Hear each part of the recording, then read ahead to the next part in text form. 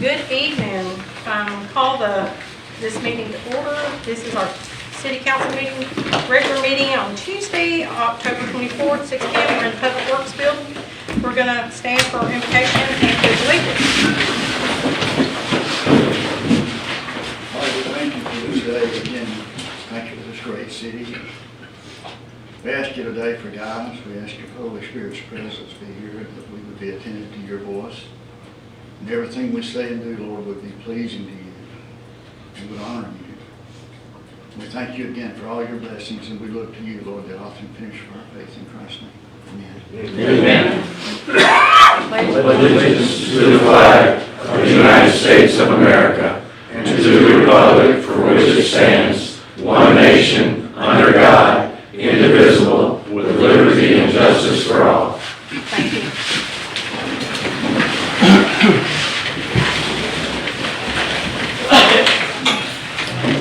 Andy, can you call the roll, please? Mayor Miller, Here. Mr. Smith, Here. Ms. Hamilton, Here. Mr. Welly, Here. Mr. Wolf. Here. I'm going to motion to move our mayor's comments to the end of the agenda so we can get straight into our business. First on is our consent agenda. We have minutes from September 21st, September 25th, September 26th, and October 10th. Do I have a motion to approve these minutes? I'll make a motion to approve all the minutes. I'll second. All right. All in favor, say aye. Any nays? All right. We'll move to our regular agenda. This is Atkins update. Ryan?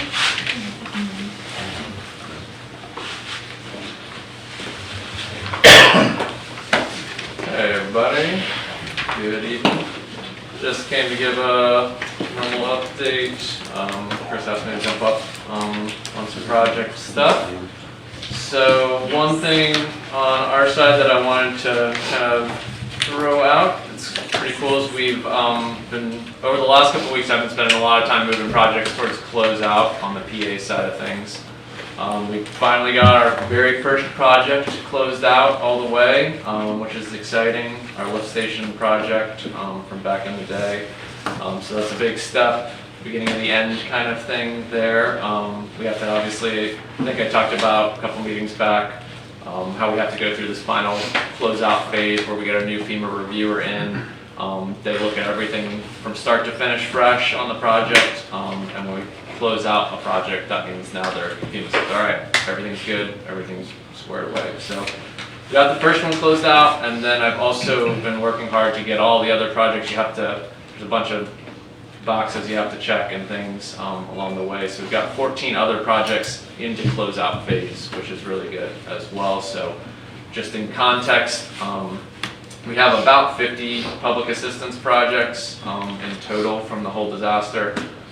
So we're roughly around a third, just short of a third of them are now in the closeout phase. So I was happy about that. It's like the most boring part of all of the disaster recovery process, but a necessary one. So only people like me that are nerdy get excited about that.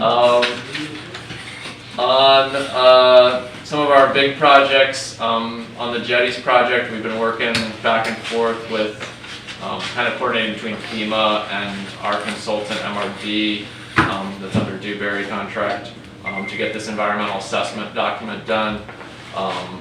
We're very close to finalizing that. We have a meeting scheduled for next week where MRD is going to sit down with the FEMA EHP, that's the environmental staff, and basically walk them through. They've had a couple of submittals of draft versions, and then FEMA came back with comments, and hopefully, we're hoping this is the last one. We're down to some kind of pretty minor comments on it now. So MRD is hoping to finish that up this week and then talk to FEMA EHP next week. And then hopefully that project will get to move along from environmental. On police fire, that project has been in FEMA CRC review for a while. That's the engineering branch of FEMA.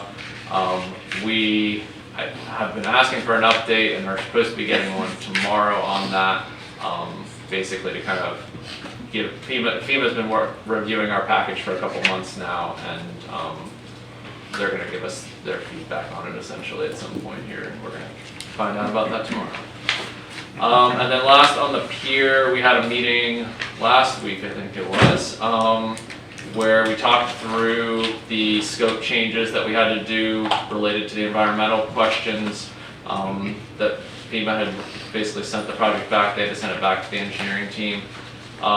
So that modified scope of work, we had a little bit of a breakthrough, but it's not the full one yet, that FEMA's agreed verbally with that scope of work. They basically, we sat down with everybody and they said, that's, okay, we see what you're doing there, that makes sense.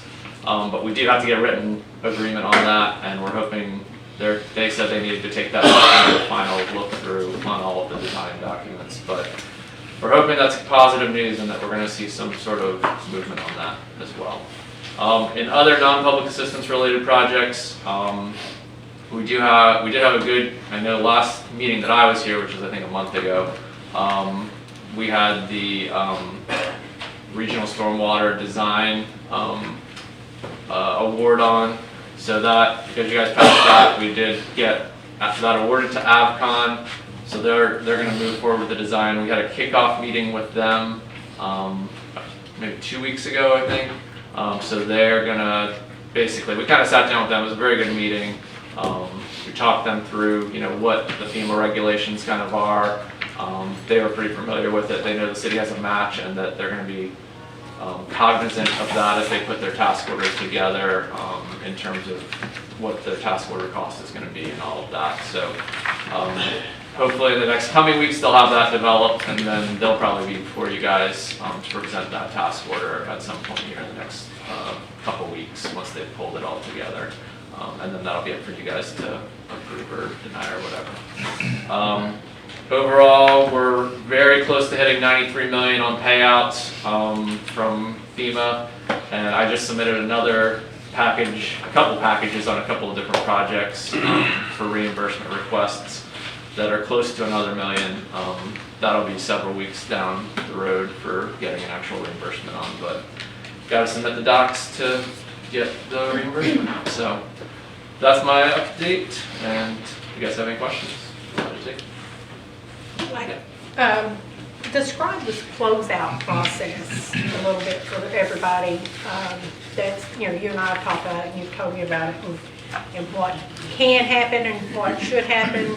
Yeah, so the closeout process, as I kind of alluded to already, is when we submit for reimbursement, I just mentioned, we put in reimbursement packages for like around $1 million just recently. That reimbursement request is actually going to the state, and they're the ones who pay it out because they're the entity that we have a direct link to.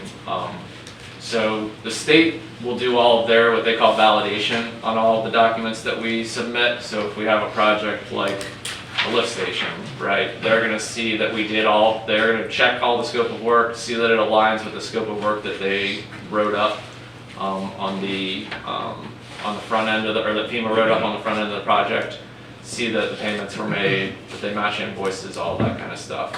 So the state has done that whole thing on kind of the front end to get us the payout. I shouldn't say on the front end. I should say they do that first and make the payout. They're on the front end of FEMA though, so once they've made all their payouts, essentially FEMA's coming in on what's called closeout, and they're going through this exact same process with their team. And it's a separate team than is like helping us build the projects out on the front end, and they do that just because they're trying to make sure that we have fresh eyes on something now that we've gotten through the project, and that things that got kind of laid out at the front end are matching on the back end. So I would just call it kind of like a financial review on FEMA's side, and they're making sure that we didn't do something that was outside of the scope of work of the project as it was laid out by FEMA from the very start. So I like to think of closeout as the bookend. The front end is trying to get the project obligated by FEMA, and the closeout is the bookend to that, where they're saying, okay, you're looking good. So once it's closed out, then we're good on that. So if the closeout is not 100%, let's just say they find a bad invoice or something didn't match on the front end to the back end, then we might have to pay that back, or it's possible, yeah. So I would say, you're never done until you're done, right? Exactly. Closeout's the I just wanna final, make final that. stage. A lot of times what ends up happening in closeout is that, FEMA will, because they're not familiar with these documents, will get questions through the closeout process and get, requests for information.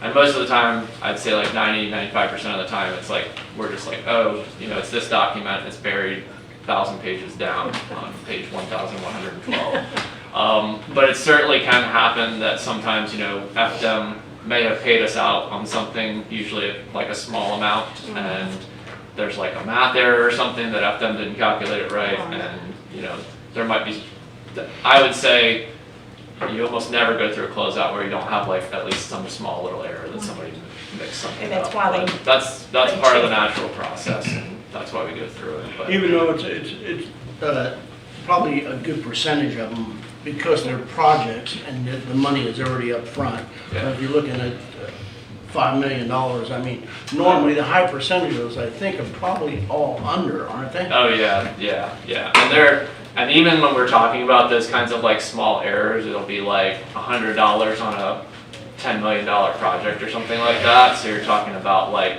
0.010 of a percentage of the entirety of the project, and a lot of times, you'll even see them too, where it's like, there'll be an error on the high side or something where you guys didn't even like pay out that amount, and then people just be like, oh, yeah, it was a mistake. We just have to right the wrongs in the accounting. So, I mean, that's why the process is set up the way it is too. That we're doing our checks, then the state does their checks, and then FEMA does their checks. And normally, once you get through that many checks, by the time you get to the last one, you're talking about very small changes.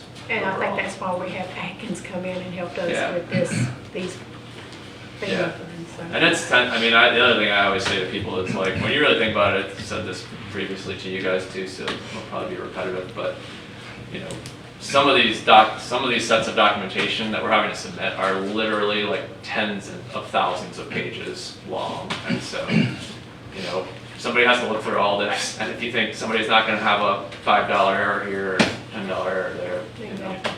Yep. Well, I'm glad we closed our first. Yeah, it's exciting, That's I'm happy exciting. about it. So. Yep. All right. Anything else for Ron? I have one, and I don't know if you're the right guy to ask, but fire and police. Yeah. At what point are we at the point we can do something with that building? I know we're holding a standard to our residents to fix their buildings, but it's a little tough when our building looks like that. So at what point can we tear it down, do something, know we're moving?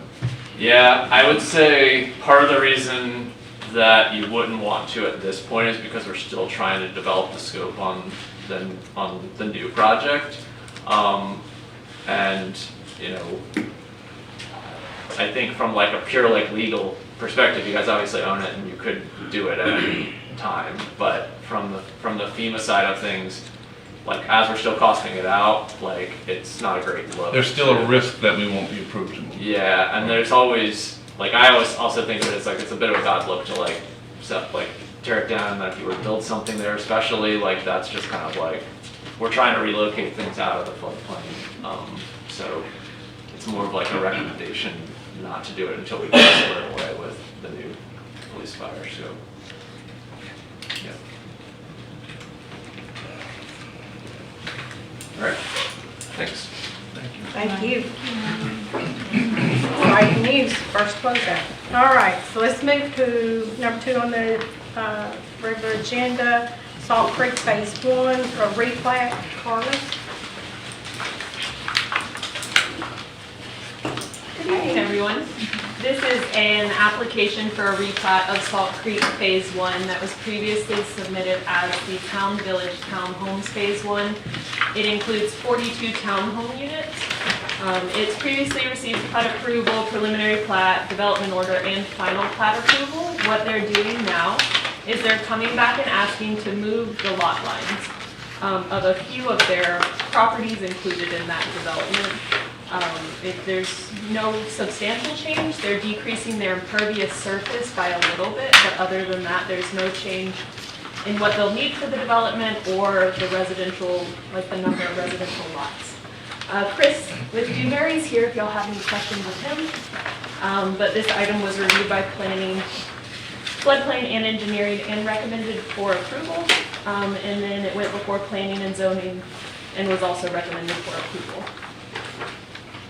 I can answer any questions you have. You said decreasing impervious, right? Yes, Does this have to do with the new builder coming in? Is that what that? it does. So they're building smaller homes or larger homes or what? I believe that's where I would take That's over. where Chris comes in. Good evening, everybody. Chris Short with Dewberry. So the lot frontages are shrinking, but it's on the order of the interior lots were 21.17 feet before, and now they're around, not around, they are around 20 feet. So it's a 1.17 foot difference in the interior lots. On the block of townhomes, the exterior lots are going to be 25 feet wide, and then they're creating HOA common green space area between the blocks of townhomes. Are So they it's just- reducing the square footage of the home, I'm asking? Yes, so, yeah, Okay. that winds up being a reduction, and that's where the reduction of the overall impervious area for that phase comes in. You're also reducing the area in the utility easement. So where you see that? Yellow out there.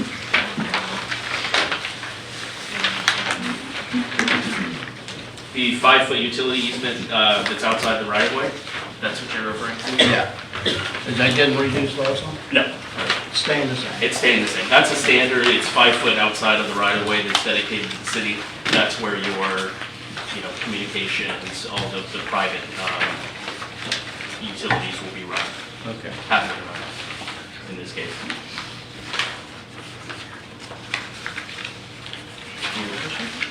Any other questions from the table before we go to public comment? Discussion on the replat? All right, closing public discussion. Any discussion at the table? Okay, can we entertain a motion for Salt Creek Phase 1 replat? I'll make a motion to approve the Salt Creek Phase 1 replat. Second? Tammy, call the roll. Mr. Wolf? Yes. Mr. Welly? Yes. Ms. Hamilton? Yes. Mr. Smith? Yes. Mayor Miller? Yes.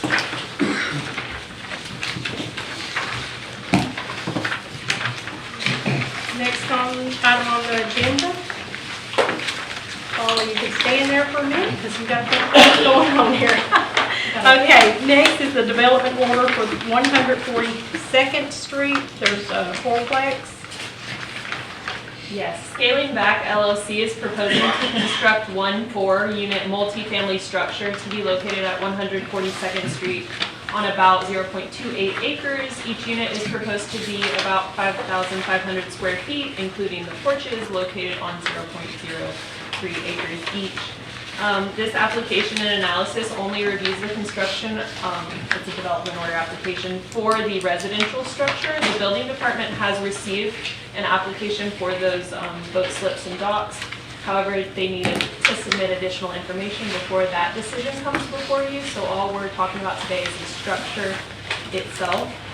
This item was recommended by Planning and Zoning Board for approval with the conditions that are listed below that.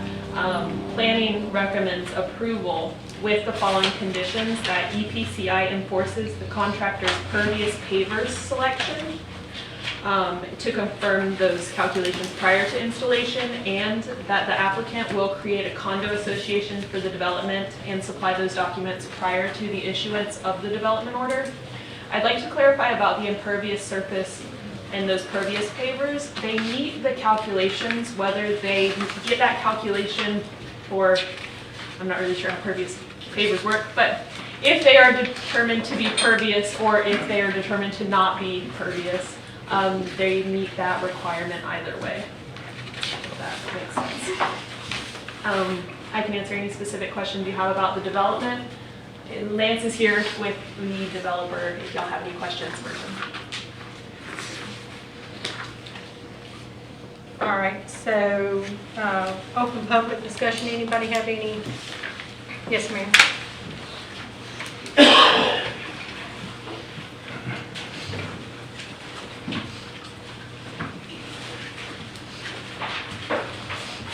Lisa Logan, Maryland Boulevard.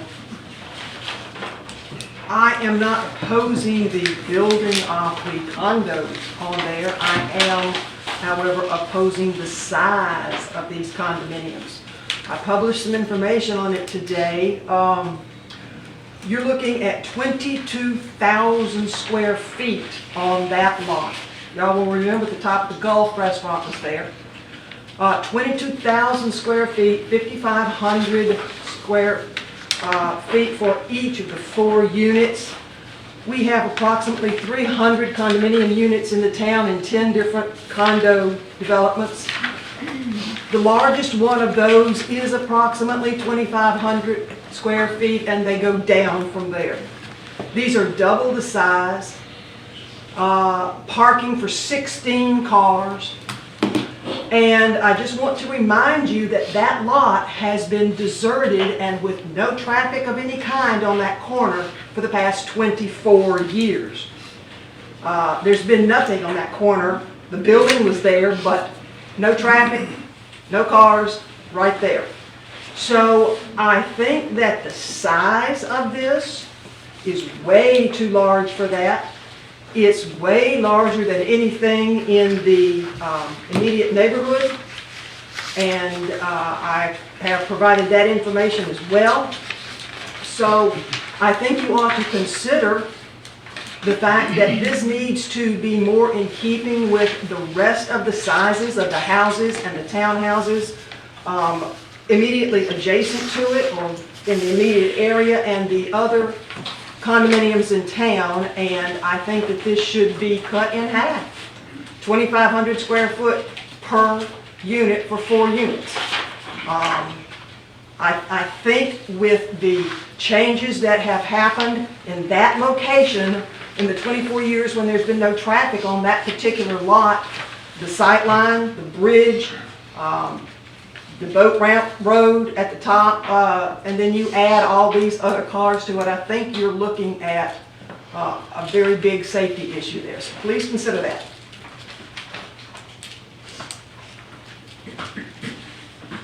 Yes.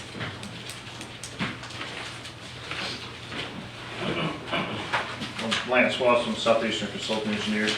I just wanted to make a couple of points to the size. The lot is tourist commercial, and the allowable impervious area in tourist commercial is 80%, and they're proposing 47.8%, so just over half of the allowable coverage, lot coverage. And it meets the 32-foot maximum building height, and the density availability on this parcel is 5 units, and they're proposing 4, so they're well below the land development code limitations. Okay, thank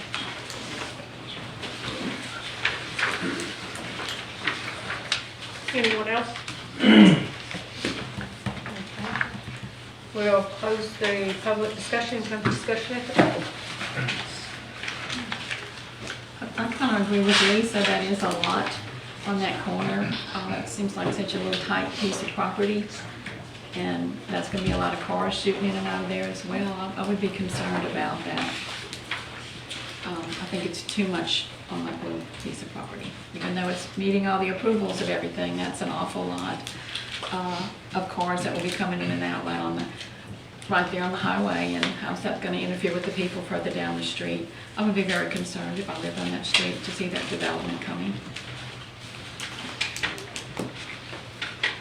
They passed everything, didn't call it? Lance, didn't pass everything?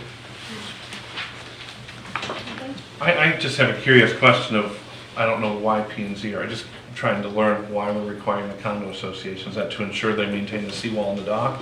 Or why is that a requirement that we're requiring? That could they not do a party wall agreement?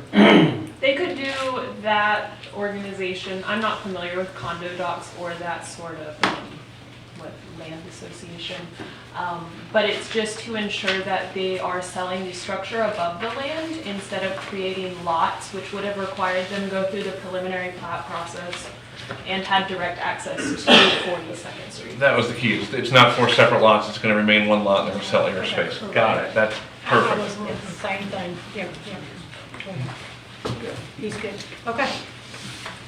All right, well, we'll close the discussion, we'll entertain a motion for the development order for 142nd Street. I make a motion for approval on the development order at 142nd Street. Second. Okay, oh, roll. Mayor Miller, Yes. I'm sorry. Yes, we want to. Mr. Wolf, Yes. Mr. Wiley, Yes. Ms. Hamilton, No, Mr. Smith. Yes.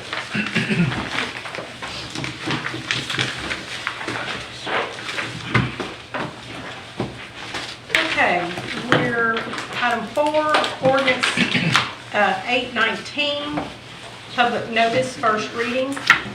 Carly? Yes, we have the first reading of proposed revisions and new language to the Land Development Code regarding notification process. We approached this at the direction of council to revise section 7.08.01 regarding property owner notification. In doing so, we determined that there was a need, there needed to be a notification process for both types of hearing, that's legislative and quasi-judicial. For organization purposes, we found this information best suited in Article 1. When looking at public notice, it's important to consider the hearing process standards in order to determine the types of notice that are required. A legislative decision affects residents citywide, whereas a quasi-judicial decision is site-specific. The proposed language suggests information on decision-making procedures for legislative and quasi-judicial hearings, including the actions, hearing procedures, and notification requirements and hearing standards. This item was recommended by Planning and Zoning Board for approval with the following recommendations that I made at that meeting, and that was to revise the date in section 1.10.00 to the exact date of LDC adoption, and to revise section 1.12.03.d.1 and section 1.12.05.d.1 in accordance with Florida statute. I have that language if you'd like it. It's removing the portion about newspaper requirements. That's not something the Florida statute requires any longer. We can post on Bay notification, the website. I can go over anything specifically. It's a long one, so let's take our time.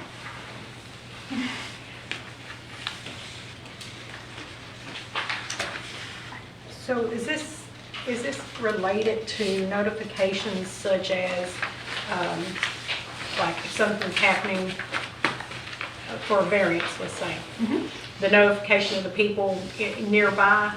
So a variance would be a quasi-judicial action. Okay. For that variance, the city would be required to notify that on the website, the Bay County notification website. They would be required to mail. This is, of course, with this as a recommendation. We can revise anything. This is just as we have it written. A notice would be mailed to everyone within a 300-foot radius at least 10 days before the public hearing. And then at least 10 days, but no more than 14 days before the public hearing, a sign would be posted on the site. That would be the notification. So is that standard of 300 feet? Is that standard for the Florida statutes or? I'd say that's pretty standard. We looked at it at P&Z to see kind of what the difference between a 300-foot radius and like say a 500-foot radius was. And just using the example of 142nd Street because we just discussed it, 300 feet would notify 58 property owners and 500 feet would notify 144. So, Wow. Right. It's a big difference. It is a big difference. Do we want a big difference? Okay. I think our goal here is to notify the people that are most closely impacted by the decision happening on that piece of property. Okay. No, I think with our Canal Parkway variance hearing, the word abutting is difficult, and I think that got a lot of confusion created, that notifying abutting And we had a bunch of people stand up and say, nobody told me. Well, we don't have to because you're not abutting. So I applaud this, that this is gonna provide for more notification to more people. I think that's okay. Okay, so, any other questions for Carly? Okay, do we have a motion to read the ordinance?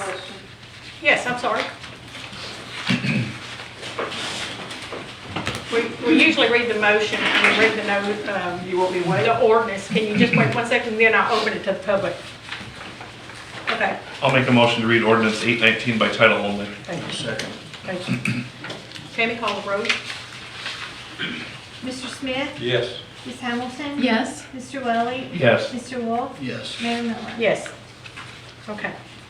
Ordinance 819, an ordinance of the City of Mexico Beach, Florida, amending the Land Development Code to modify Article 1, create Section 1.12.00, and modify Article 7 to establish a process for notification and hearing procedures, providing for codification, providing for severability, and providing for an effective date. Okay, thank you. Yes, Miss Lisa, open to the public discussion. This is a question for Carly. Okay. You said that mail notice is 300 feet radius and 10 days before the public, 10 days before the public hearing. Is that correct? Yes. Okay. We had this problem before we changed this, and we talked about this in P&Z. If we stick to the certified mail process, 10 days is not enough to get our slow mail to the out-of-town property owners if they're to be notified. So P&Z suggested we do FedEx, or I forgot what else they suggested, overnight to guarantee it, but you need to guarantee that these notices get to out-of-town people, and 10 days is not enough by certified mail to get it to them and let them make time to either come into town or give you their response. So you need to watch that. Anyone else? Okay. I'll close the public and we'll come to discussion at the table. Any discussion? You're okay with the 10 days? Well, on that topic, I don't want to pay FedEx fees, but I do agree that 10 days might not be enough. And if we know 30 days in advance, can't we go to 20? So this is the minimum that would be required. We could send out the mailings earlier when we had that application completed. Because we know it's coming 30 days prior to our first hearing. We already know it's coming. Could we change? Sometimes, we know that the reviews, I'd say the review usually takes about a month itself. And sometimes that review process can come close to a meeting date. That would have to be, we'd have to know it's going on the agenda at least 10 days before. I'd say 11 to make the 15 mail. days for days. snail mail, I mean, Right. I think would be fun, 15 days. 15 days, could we think about changing that to a 15 day? I'm good with that. I kind of like 20, just because, you know, if people travel and they're not home and they don't check the mail or whatever. I mean, What was We that? know in 30. 20 days. I was thinking 20, thinking, you know, if somebody doesn't get their mail for one reason or another, medical reasons, travel, you know, give them the benefit of the doubt so that they can know about it. Would that be difficult on the staff side? I mean, Yeah, they're worried about the front side. Yeah, because if we got 30 days in advance, then we know, well, 15 gives you 15 days to kind of get all the paperwork together, get everything, yeah. I think what it does is it makes the application take a little bit longer to process through the city. And that's something the city can require, but it will be something that the applicant takes on. Their paperwork's gonna take a little longer to get through. So, Tammy, does that fall on your job description? Are you going to be part of that? What are your Julie thoughts on and I that? do, we just want to make sure that they're not pushed for, you know, the P&Z meeting. That it's not pushed off to next month, because I know the developers want, you know, they want it, they don't want to have to keep pushing it back. Right. So that's the main thing, is getting them out, you know, quickly, so it will not be pushed back another month for the developer, so. So, Yeah, that's true. I mean, because we do have a schedule as to, like, when we have to have the paperwork into, submitted to the city. And then that gives Carly time to be able to, Carly and Alara, time to be able to do what they need to do. That gives us time to get it out for planning and zoning. You know, get the notifications, the signs up, that kind of thing, before it then has to go to council. So if we push it out too far, then you're looking at developers having to wait 2 months before they can get something through planning and zoning and through council. Because we're trying not to anymore do planning and zoning and council meetings or approvals back to back. So like if you had a meeting on Tuesday, or if planning and zoning had a meeting yesterday, we wouldn't put it on today's meeting. We would allow extra time so that you guys would have time to be able to take into consideration what planning and zoning's recommendations are to you. So if we have to kick that back a little bit further, it just lengthens the process. So tell us your opinions on 10 days versus 15 versus 20. What's for getting the notices out before the meeting? We try to have them out by, I mean, I know we're on a 10-day cycle. I mean, I have them, we take them out to the mailbox the morning. Probably we're more at like the 12 or 11 days as it is now. And the 100 feet, of course, the 300 feet is going to be more certified Yes. mail. And that's, you know, we do electronic certification now, but we still have to manually fill out the certification information. So that's just going to be, you know, just takes a little bit more time, you know, more. Because what we were doing before was we were doing 100 feet. So we weren't doing abutting properties, we were doing 100 feet. So if you go from 100 to 300, you're basically tripling, you know, the amount of space. I think this is a good point. If we're concerned about the burden that falls on staff, this is something that some cities and counties place on the applicant. And that's an option. Currently, it's written for the city to do both the mailings and the sign postings, but that could be something that you require of the applicant. So we would notify the applicant that their application is being heard at this meeting, and they would be responsible for mailing those out, proving that to the city, usually through certified mail, and posting their own sign. And that way, if they miss the deadline, it's their problem, not ours. Julie's like,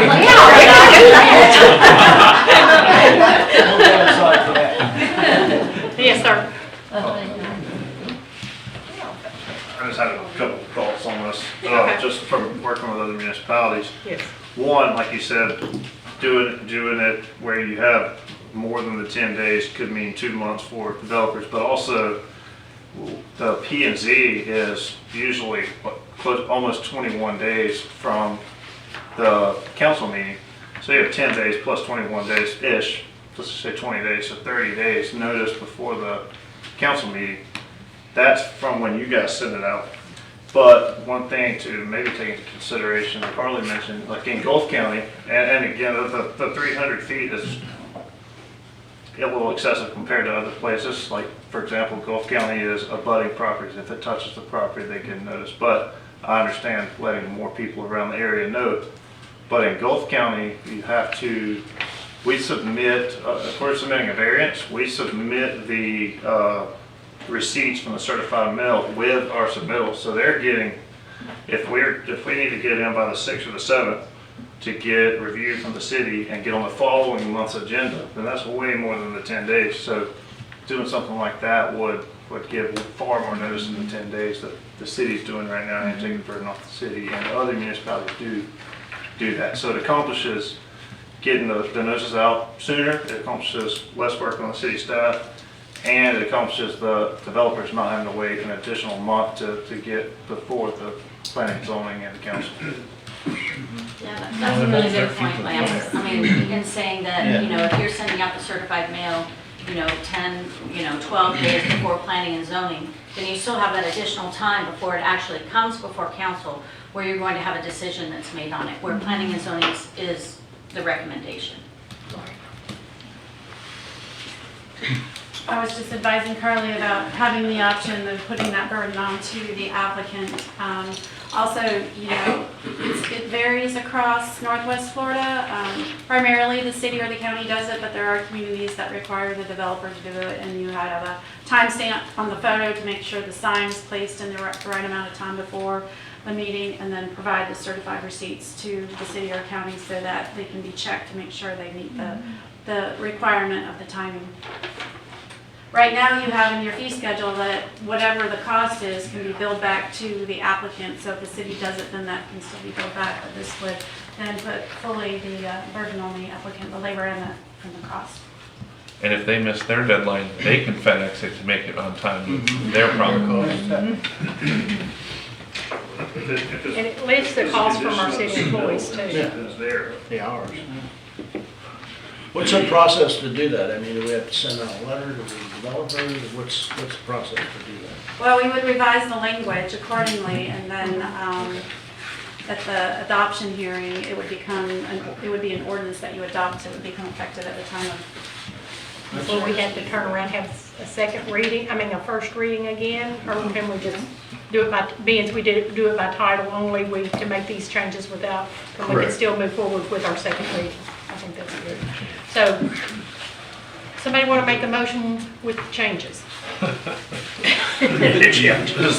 don't even think you need a motion. Don't need a motion? It's Just just direct them what you direct. want to. Okay. If you're all in agreement. I think we're in agreement, we want to Change the timeline and make it the. make it the developer's responsibility. Can you go back to the timeline? Yeah, what was the timeline? You want to do 15 days and? Well, 20 if we're either one. I don't- Well, with us, it doesn't matter, Yeah. because It's on the developer it's side. on the developer at that point, so. Would you like a 20-day period before planning board that would mention both dates, or they have to send out 2 separate notices, one for each? 15 days prior to planning, and that way it's 22 for this meeting. So it would mention both Both potential. meetings. Well, we do put the date of the planning and zoning meeting and And the city council meeting yeah. that it will be presented at. Okay, In that one one mailing. letter. One mailing. Yeah, Do that and they can figure it out. Okay. Great discussion. I'll have that, those changes highlighted in red for the next agenda, so we can take a look at those for the second reading. Sounds great. Thank you. Good suggestion, Carl. Thank you. Just a thought is that perhaps if planning and zoning were to be twice a month, it might also tie this up. That's probably heresy. We got people from We got a planning. member so behind you how you They're all behind me. For volunteers. Okay, good deal. All right, so let's move on. Carly, you're on again with accessory structures on commercial property. No, I'm sorry. Yes. It's a little, well, Back that. We're all here. I'm back. You're here. Yeah. Okay, this one's also a lot of information, so please just stop me if you have any questions along the way. This is a discussion on food trucks, accessory uses, and accessory structures. You should have received 4 separate memos that did go out after the packet, but will be posted on the website. They are posted. Okay. So we prepared these in order to assist the city with decisions to potentially amend the existing regulations that pertain to the location criteria, the use and accessory use and/or structures that are associated with food trucks. This can be broken into 3 issues that I have with the Land Development Code. The first, starting with the definitions that we have for food trucks and food trailers. It's confusing and is not successful in creating clear regulations for consistent decision-making. Florida statute and state regulation, departments do not make the same differentiation between food trucks and food trailers. And it's really bulky in the code how it reads. Instead, the state utilizes the term mobile food dispensing vehicles. We advise that the city clarify these inadequacies with revised terms and definitions. But in doing so, the city should consider which zoning districts mobile food dispensing vehicles are allowed in. the operation standards for them and the development requirements if the city chooses to do so. The city must also consider what else is allowed on site with food trucks. That includes accessory uses or accessory structures with a food truck, or whether a food truck should be considered a principal, permanent, or temporary use. That's not defined as we have it now, and again makes it inconsistent for how we're making decisions right now. If a food truck does become an allowable principal use, so it's listed on that table in the zoning district, that would require that the food truck itself has to meet all development standards, parking, landscaping, impervious surface, etc., of the comprehensive plan and land development code, unless it was specified otherwise. And it would be required to submit for approval from y'all with the development order process. Then we get into the regulation of accessory uses in general. This would apply to food trucks as well as all other development. It also should be considered for revision because it's important to differentiate between accessory structures and accessory uses.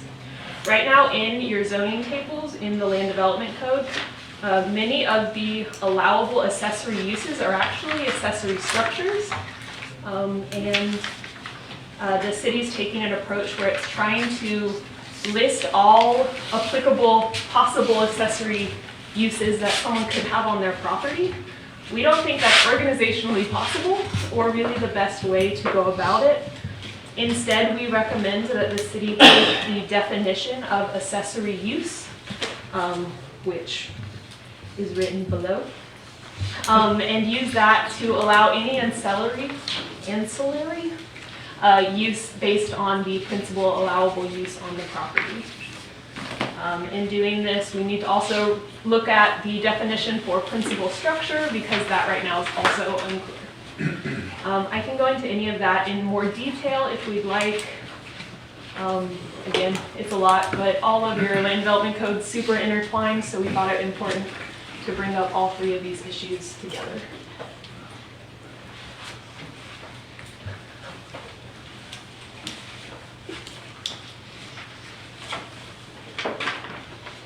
Carly, you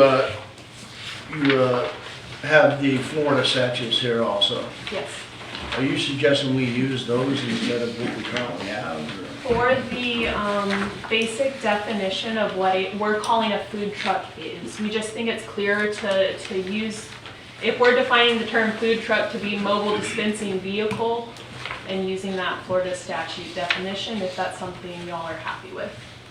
Right now, we're trying to break it into food truck and food trailer, and those two things mean separate things, and I myself can interpret what that actual difference is, and where that line falls between what a food trailer is and what a food truck is.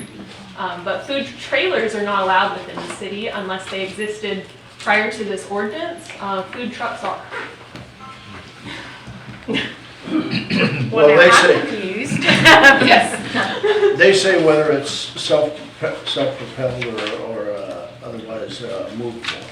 Yes. So that could be a trailer or a truck. Yes, that's what, see, when I read food truck or food trailer, that's what makes sense, is it drivable itself or is it pulled behind another truck? But that's not what the definition is. Currently, our code defines what a food trailer is not in order to explain what it is. So I know. Okay. So we do have a question in the back.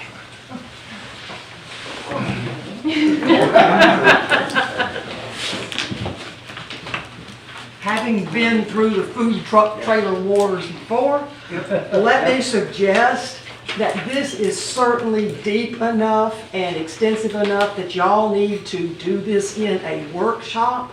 I shudder to think what y'all might come up with in the next 5 minutes. So please do us all a favor and put this in a workshop.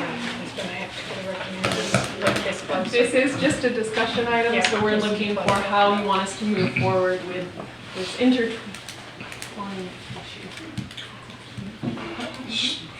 Does staff have a recommendation to the board on how they would I don't think proceed? they've reviewed this yet.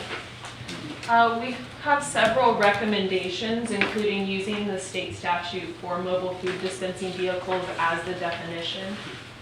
But our recommendations at this level are very general. I see. And so if we were instructed, maybe after a workshop, to go back and rewrite these sections of the code, we'd look at it much more. I see. Yeah, I agree with Lisa, it's somewhat complicated. I thought that right away, and I really think we should probably table it and go ahead and put up a workshop there for the time wise. Hang on. Yes, sir. You know, to add what Lisa said, nobody sitting at this table was here after the hurricane, sitting up here. It was after you even, when you left. The whole discussion with the food trucks came up because no restaurant. And then the food trucks and the trailers came up because of Killer Seafood is different than everybody else. And this was discussed at these meetings for damn near a year. So I mean, like Lisa said, you need to do a workshop and really think about what you're going to do and don't piecemeal anything together. Because it's a big deal for the people out here. Oh, yeah. We don't have any restaurants, size of one, and this could affect everybody out here. And what they've done out here, like Killer and the rest of them, they're serving the city. So you need to make sure whatever you do doesn't affect the people that have been here working to give us something. So would we move to direct the city administrator to put together a workshop for discussion this in depth with people? Absolutely, yeah. You good with that, Chris? Yes. We'll move forward, we'll come back with your recommendations, we'll talk with this and we'll come and help us define everything and there you go. All right, thank you. You're good. All right. All right, next is our ordinance 820, golf cart registration. Mr. McCabe? Yes, at one of our last meetings, it was probably a month or so ago, the council directed us, or me, to draft an ordinance that basically brought back golf cart registration. And that's what I did. We have, what this ordinance has done is brought back amended ordinance 689 to reinstitute the registration of golf carts. It increased the fee from $15 to $25.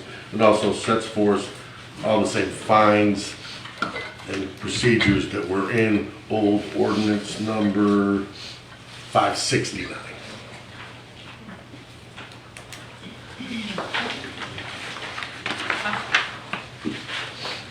I only have one question, where it says police inspection of golf carts.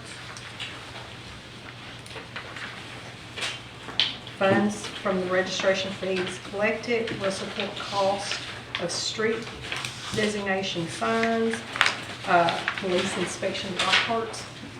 I didn't know that there was any inspection of golf carts. That's the way that it was. I ran this by Lieutenant Williams, and he was fine with it. So what are we paying, saying that we're taking these fees, we're paying the police department, not only that, and the sign, what are they inspecting? Well, I can answer that. Okay. So they used to check that they had the triangles in the back, and they had to check that they had the blinkers they needed in the rear mirror. They did walk out and look But we at that. stopped that. Correct, but that's what it was. And that's what we said at the meeting before we had them write this, that we would be doing that. Take the inspection out. The inspection would be out. So Okay, we may need to consider going on taking that inspection. That's fine, we can take the inspection out. Okay. That's not my, only question I had. So, we will, anything else, Mr. McCabe? That's it. That's it? Okay, so we will, take a motion to read ordinance 825. Could we get maybe Lieutenant Williams, is he here, his input, because I think he was going to We do some can- education as well. We can do, Okay. that discussion. Okay. So let's read our ordinance, or let me have a motion, please, to read ordinance 820 by title. I make a motion, first reading of ordinance 820, golf cart registration. Second. Tammy, call the roll. Mayor Miller? Yes. Mr. Wolf? Yes. Mr. Welly? Yes. Mr. Smith? Yes. Ms. Hamilton? Yes. Okay, read ordinance 820, please.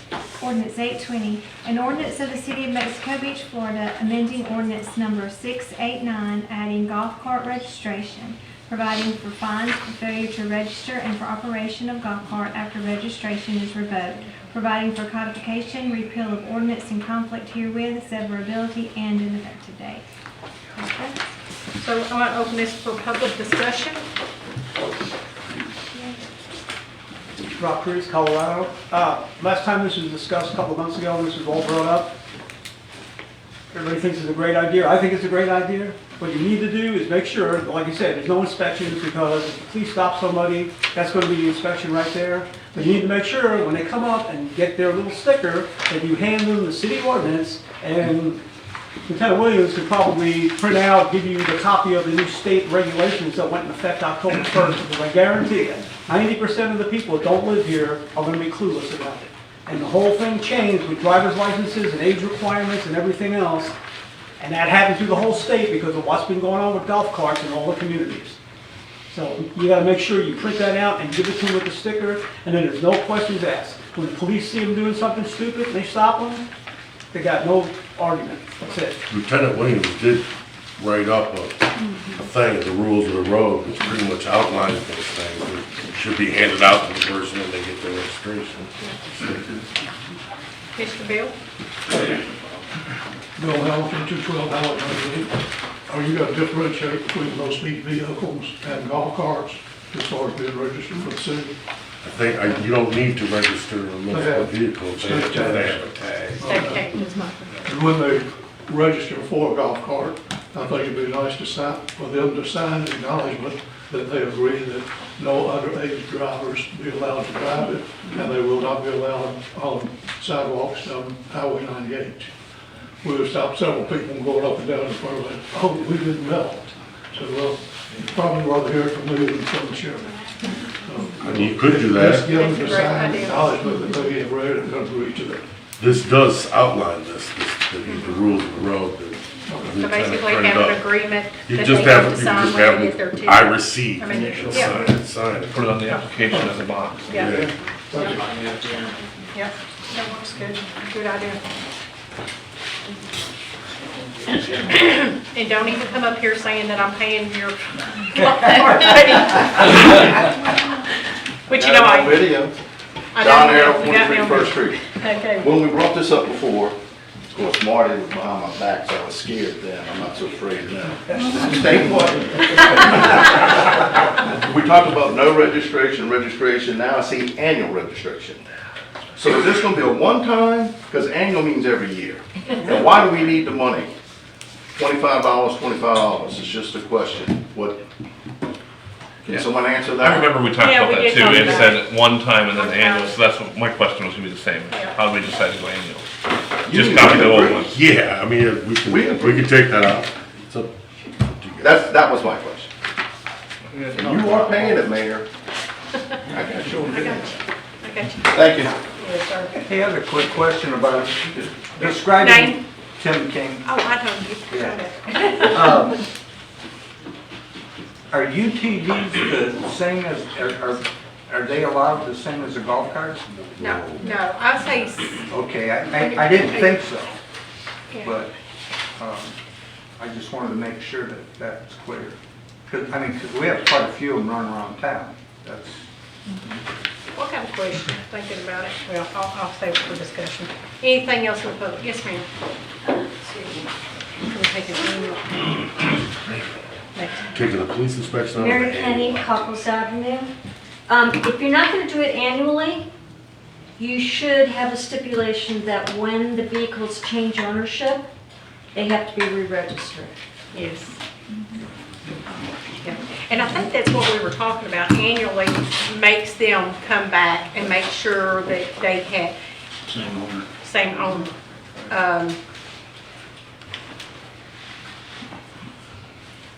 You can do it any way you guys want. All right, we'll talk about the discussion. Mr. Bogdan, yeah. Bobby Paul, 215 Kimco.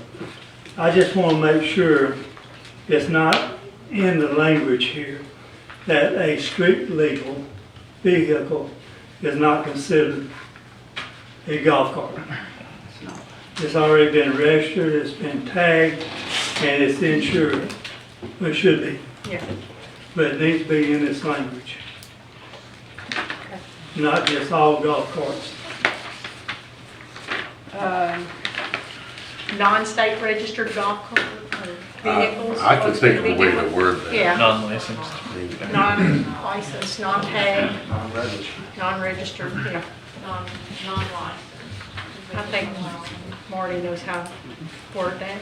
You gotta have a registration, right, to get a tag. You have to have a tag. Yeah, and have a tag. Yep. Okay, Thank you. thank you. Anyone else? Why don't you just do like your boats? I mean, every January, I gotta come up here and get a new sticker, same thing. You pay the $25, you come up here, you get your sticker for your boat, you get one for your golf cart, and you're good to go.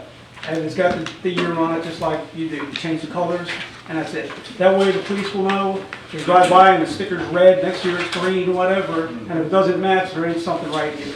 Because they're gonna change hands golf carts. You see them for sale all the time in the neighborhood, and just make it simple. Okay. Anyone else from the public? Go back to $15 and do a year's. Anybody else in the public? Okay, so we're gonna close the public. Now let's go to discussion here. Yeah, I guess There's a the lot. big deal is we've talked annually and we've talked, just one-time fee. So I think we ought to settle that. And if we settle it, I don't think the price should be $25. It should probably be $10 or whatever, if it's gonna be annual, 15 or whatever. But what we're looking for, we're looking for the person to come back, make sure it's the same person, register under the same person and everything else. So I think we ought to settle that first. I think so too. And Mr. Marty? So you were back there shaking your head, like, yeah, we need these like different color sticker every year, so it just makes it easier for you guys. And we do need to make it easier for you because, yeah, It's like they're saying, a lot of times people sell these golf carts. yeah. Year in, year out, they'll sell the golf cart to somebody else, and it's down the road, it's got a sticker on it, and he just comes in here, I got this sticker here, I need my replacement. It needs to make sure the information's correct on file and everything whenever they come get a new sticker for you. That would be about the easiest way to do it. So annually is probably going to be the easiest way to keep golf carts identified and help our police department, our sheriff's department to identify these. So $20, $15 annually? I said 15. 15. So go back to 15. So let's go back to 15 And keep annually. annually. And are we changing the color of this? I mean, I don't know anything about this. I wasn't here when the last I don't think you time. necessarily would have to have that in the ordinance, you just. Right, but I'm just saying, you know. Well, I would like to know what Lieutenant Williams' opinion would be. Can we, like in the audience, please? Does he feel like the cart should be inspected? Oh, we're talking about eliminating inspection. No, there's not inspection. Okay, so what are your thoughts on that, Lieutenant Williams? Do you feel like golf carts should be inspected every year for safety and education, or do you think that should be eliminated? Well, whenever they get that paper and they get to sign it, they know that they have to have lights and or windshield when it's raining or foggy or anything else. It has to be included in it. You know, as far as an annual inspection, I don't really think once it gets registered, it should be registered because they know the rules, they sign for it, they know what's going on. But, you know, I don't see that they would need for an annual inspection. What about an initial inspection? I don't- When they first come in and get the registration? Well, that's a two-edged sword on that one, because I could come up there and say, hey, we don't have a windshield. Well, I'm just gonna operate during the daytime, but then they roll out there at night. That's why they sign that release. It says, you know, at nighttime, or you mean in the rain or in the fog or whatever, I have to have a windshield, I have to have lights, I have to have all of this. So they have already, you know, recognized that they're supposed to have that when they come up there. And they sign it. I've had a lot of people ask me about nighttime, having them out at nighttime. Let me just tell you what they're saying. I go to my friend's house, I have dinner, it gets dark, I have to drive home. I've driven my golf cart, it has lights, it has blinkers, it has everything like a car. Why am I going home and getting stopped by the police and telling me you can't do that? So is the ordinance of not driving at night, is it just safety, is it state law? I think that's state statute. State statute, that's what I was wanting to find out. Check Port St. Joe, because we got golf carts driving all over the place. I'm thinking it's, I was just thinking it was just here. And, what, so, Rules have been stretched all over the place, man. We're just trying to keep everybody safe. say, So it's not a state, I didn't think it was a state statute. okay. I think it's just what we've done. Do we think we can allow people to drive home from, on their golf carts as long as they had the lights, the blinkers, you know, I've gotten stuck out there and I've had to have friends, well, I'm gonna have to leave my golf cart here, y'all just drive me home because I'm not gonna break the law. So, I did get caught out with rock one day. I drove home hitting a rock. You followed me. You made sure I got home safe. So you can give me a ticket later. But no, seriously, I think the golf carts we're becoming more of a golf cart community. And I think it's beneficial that we're gonna require the lights and the blinkers and all that.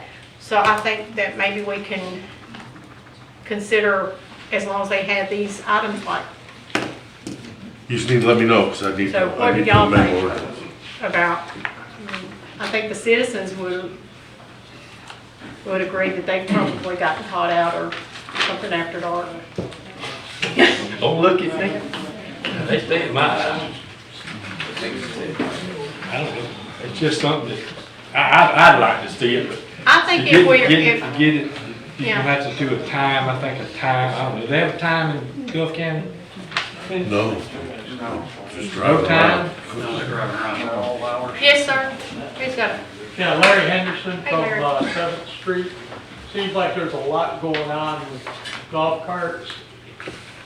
One of the things that seems to be a problem among all the rest of them is vacationers, when they rent the property, the golf cart goes with it on 7th Street. Closest thing we have to a super highway in Mexico Beach. Watching a lot of 12, 13-year-olds, driving, giggling, going through stop signs.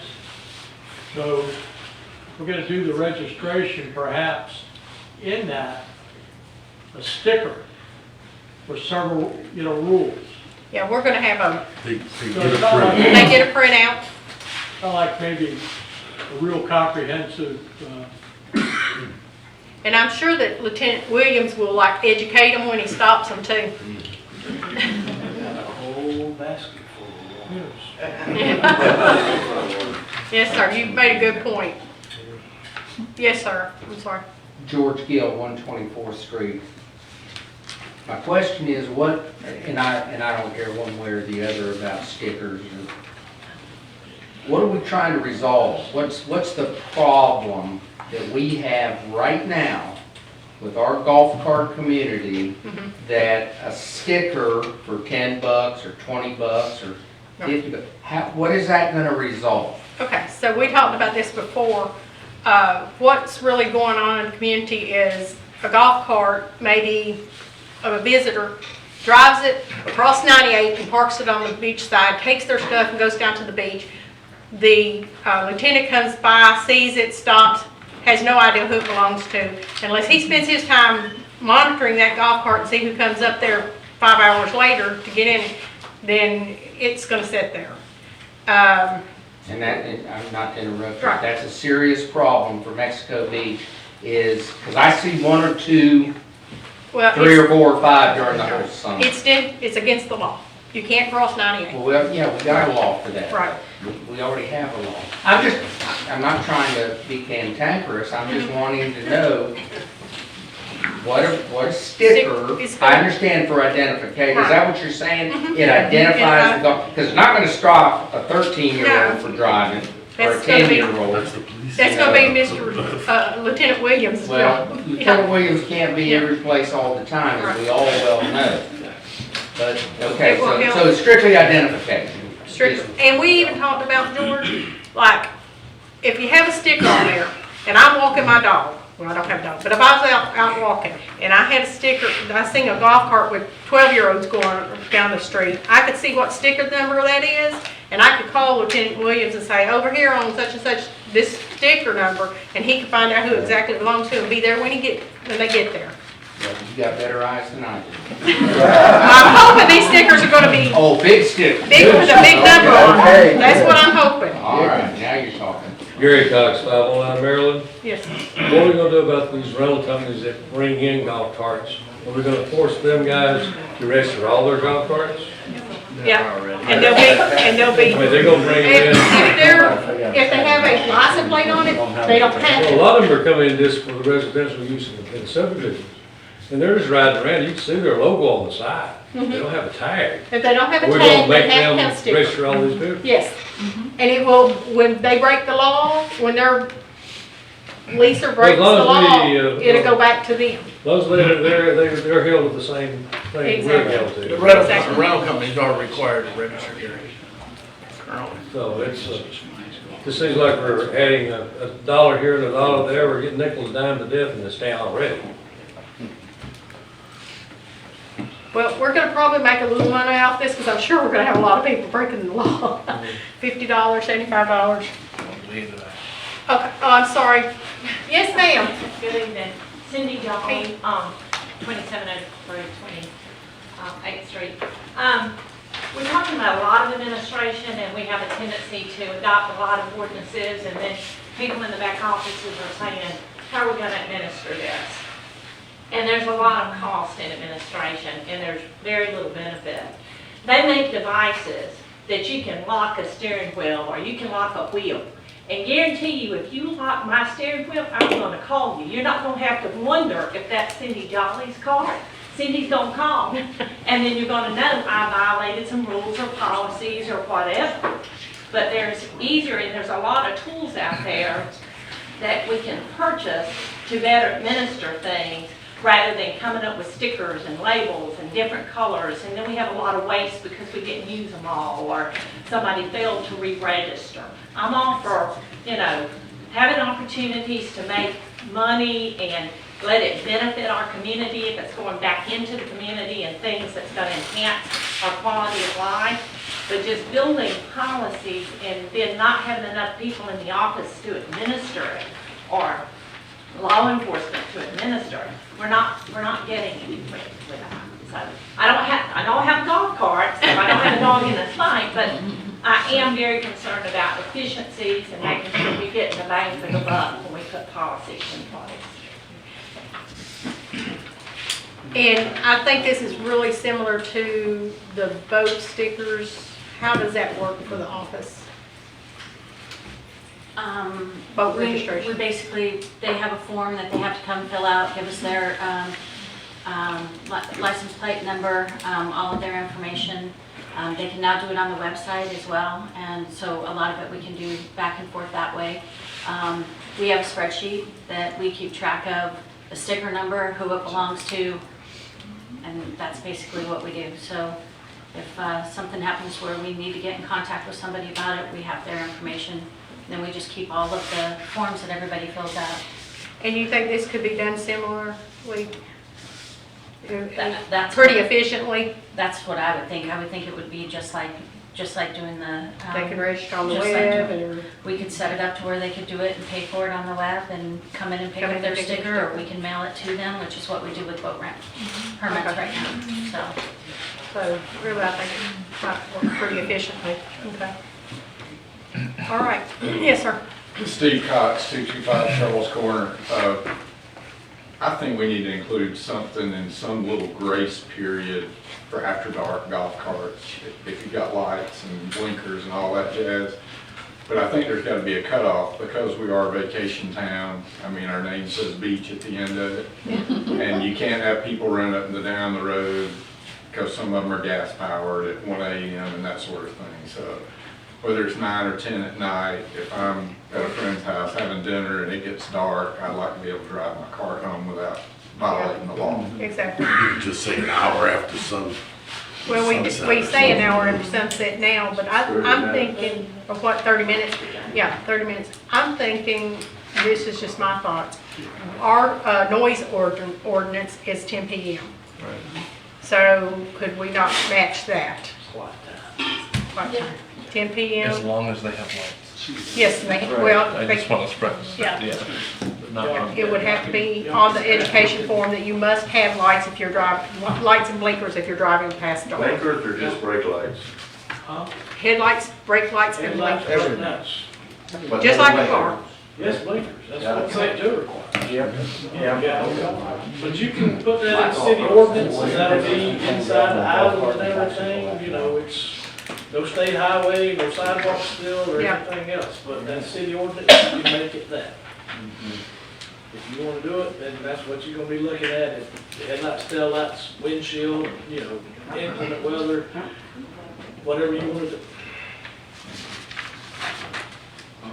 And we want to make it good for our citizens as well as good for our city, as far as safety and everything as well.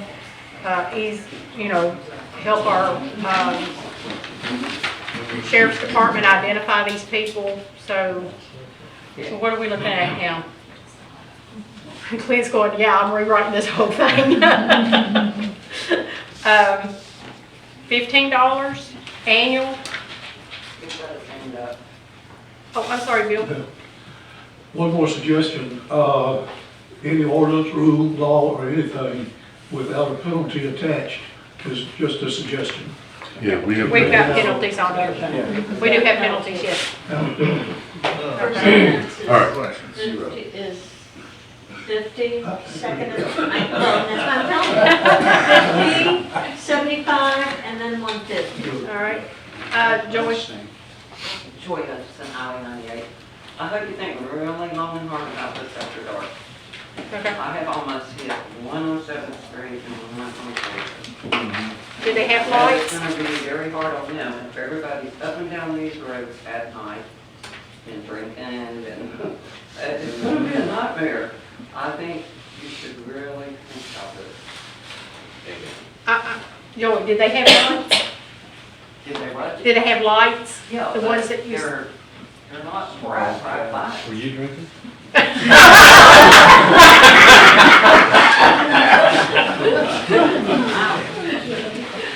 Okay, so, what y'all's thoughts on nighttime, 10 PM? With, all the gadgets that a car has, blinkers, lights.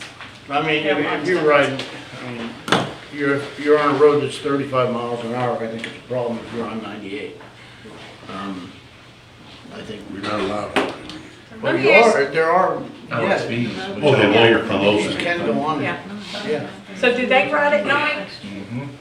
If you have a license plate, you can be on 98 at night. If it does 30 miles an hour, it has lights and everything. Right, and they have a license plate, they can drive. So I think this is the same thing, they're just not allowed on 98, and we have cutoff time. What the ordinance says right now is golf carts will be permitted on city streets from during daylight hours. Golf carts are not permitted for operation on city streets during darkness. During times of fog, smoke, rain, and low light conditions, golf carts must be equipped with headlights, brake lights, turn signals, and windshield. So if you're in the day, you don't. So could that read basically only ones with headlights, taillights, blinkers, windshields Can operate be after dark. after dark? I can change it to say what we need to say. I would be very specific with that, because you don't want regular golf carts with no lights and stuff going after dark. And people can add those things to their golf carts. I mean, you can. Relatively simple blinkers, headlights and If we stuff. drive on the roads, you should. Exactly. Okay. Anything else anybody want to change, add, discuss? I do have concerns about the nighttime driving, Originally, we were known as a drinking town with a fishing problem. And I think as we become highly populated, I think there's going to be more concern with younger folks out driving underage, and they'll be drinking, people will be drinking. I'm not too in favor of the driving at night with the golf carts. And that's 2 in a row, I'm on the same page as them. I just, And, you know, my heart goes out to the police officers that have to enforce that too, and the concerns that they see that we don't even see because we're not out at night as much as they are. So I think their opinion should have a lot on that. Let's ask Lieutenant Williams, what's your thoughts on the nighttime driving if they have everything like a car? Like, okay, we're saying everything, all the golf carts that are tagged with a tag, and they drive at night even on 98 and elsewhere. If we had the golf carts that are completely equipped, but no tag, and they got a sticker, and they drive at night, would that be any more a burden on y'all or not? No. Okay. They don't have the proper equipment to pull over, you know. Exactly. Okay. But it's city ordinance, and that's what y'all got to come up with. Well, we want, Do you still want to put a time limit on it? I was, City ordinance also covers the 16 years or older with a Yeah. valid license, so Right. we don't have to worry about that until we catch them. exactly. And, you know, that's pretty much where it lays with that. Okay. All right, so, oh, hang on. It's fine, go ahead. Amy Buckingham for Colorado. Has anyone reviewed the Port St. Joe? He does their ordinance? He does their ordinances too. So they allow between sunrise and midnight. Yeah. Okay. And their checklist is, you know, with the lights and rearview mirror and all that. Yeah. So I think our 10 o'clock noise ordinance would fall into this. Yes, George? I think Ms. Logan brought it up, but have you all sitting up here discussing this ruled out the workshop possibility? Because I agree with her. Golf carts have been an issue, you know, pro and con for years and years and years and years. And to, you know, to me, to give it some very serious thought and make some decisions, you know, that may or may not impact citizens' wallets, among other things. Are you gonna make the decision, is that what you're doing? You're making the decisions here and a workshop's been ruled out? No, it's not ruled out. So what we've got an ordinance we're trying to put in place. Right. And we're trying to decide how exactly this ordinance should be worded. It still has to come back for a second reading. But that before would it would be part of the approved. workshop? We could have a workshop. I mean, if we put together a workshop for the workshop was for the previous agenda previous item. agenda but item, we then could throw this with throw it. this with it, yeah. Before the second reading. Okay. Would that work? Just what you want to do. All right, somebody let's give some direction here. So, do y'all just want to make the corrections to the ordinance move forward like Clint? Or do y'all want a workshop? We had a lot of good discussion. We have one workshop already set up, can we just piggyback on it? We can. Okay. I'd make a motion, we go ahead and have a workshop for the first ordinance reading 820 on golf cart registration. We don't have to have, we just have to give direction to, You got it. we'll just give direction to Workshop Chris. of the two together. Put the two together, yep. Okay, so that will go to a workshop and we'll let y'all know. And we'll have more discussion on it. Great discussion, I appreciate it. We're going to our next agenda item, discussion of St. Joe Company letter. Salt Creek Phase 2. And this is Chris. Mayor and Council, in September, the City Council denied the development order request from the St. Joe Company regarding Salt Creek Phase 2. As we all know, shortly after that, we received letters from the St. Joe Company, which detailed what all they've done for the city, our working relationship over the last number of years, as well as the things that they, or the good community, or the good neighbor that they've been to our community. And at the conclusion of that letter, they just asked for the city council to reconsider the denial of this development order. And so that's what's before you tonight. Unfortunately, Carly and the planning collaborative left, or they could have spoke on this issue, but it did meet all of our requirements, and TPC recommended that the city council approve it.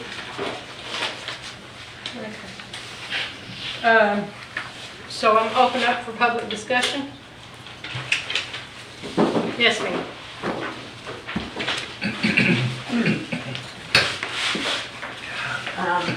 Mary Kenny, Cockles Avenue. St. Joe Company has been a good partner over the years. However, I do believe that they've taken advantage of the city in other instances.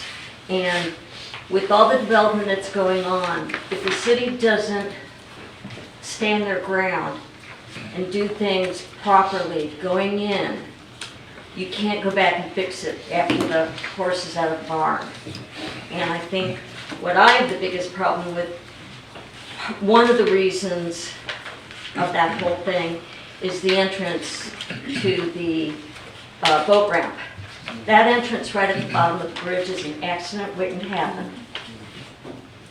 And that has gotten completely glossed over. I believe that what Chris said, that there was a 250-foot lead-in that was approved by the DOT. There's no 250-foot lead-in. And there's no turn lane over the bridge. There's no turn lane. There is a yellow section for turn lane going to the south. There's no turn lane from the north as you're heading east. And it's just that quick turn. And especially in the summer, if you have 4 or 5 different boats lined up, backed up over that bridge, it is an accident waiting to happen both ways. And I think the only way you're going to get things like that changed is by holding St. Joe Company's feet to the fire by not giving them permits on other things. And that's just the way it's done. You know, it's like you're saying you wanted the parking lot and this and that and a crossover for the bridge for a walking path. You know, this is really important too. And I just think you just can't roll over because they say pretty please. And that's it. Thank you. Yes, yes, sir.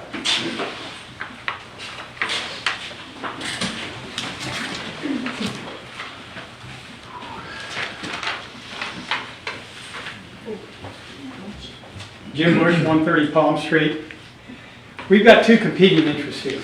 St. Joe Company's concerned about making as much money as they can, as quickly as they can. You guys are concerned about serving the needs of this city. What she said. Exactly. Thank you.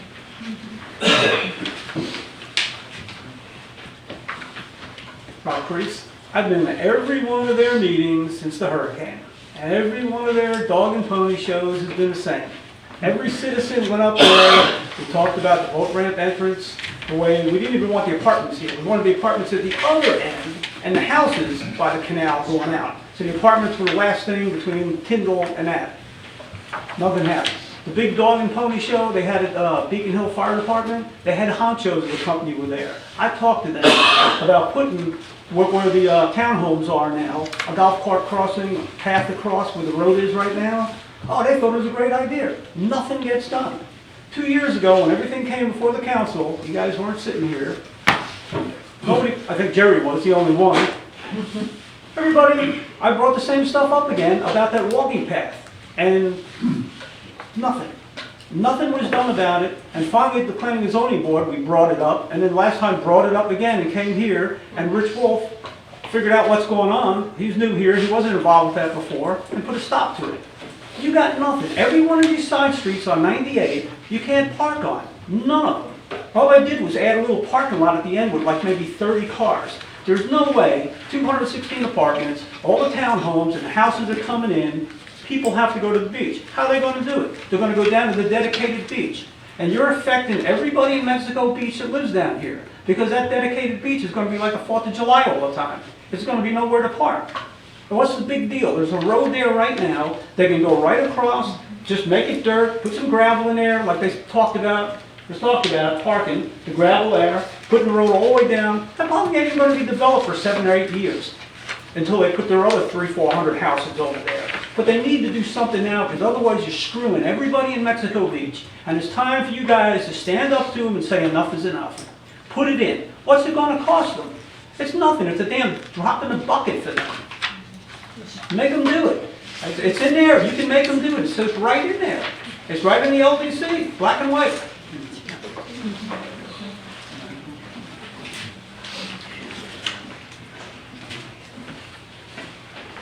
Lisa Logan.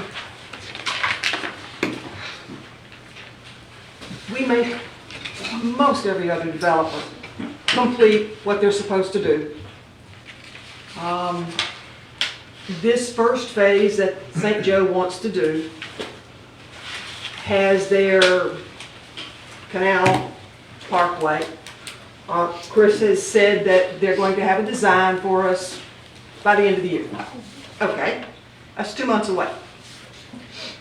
St. Joe is not special.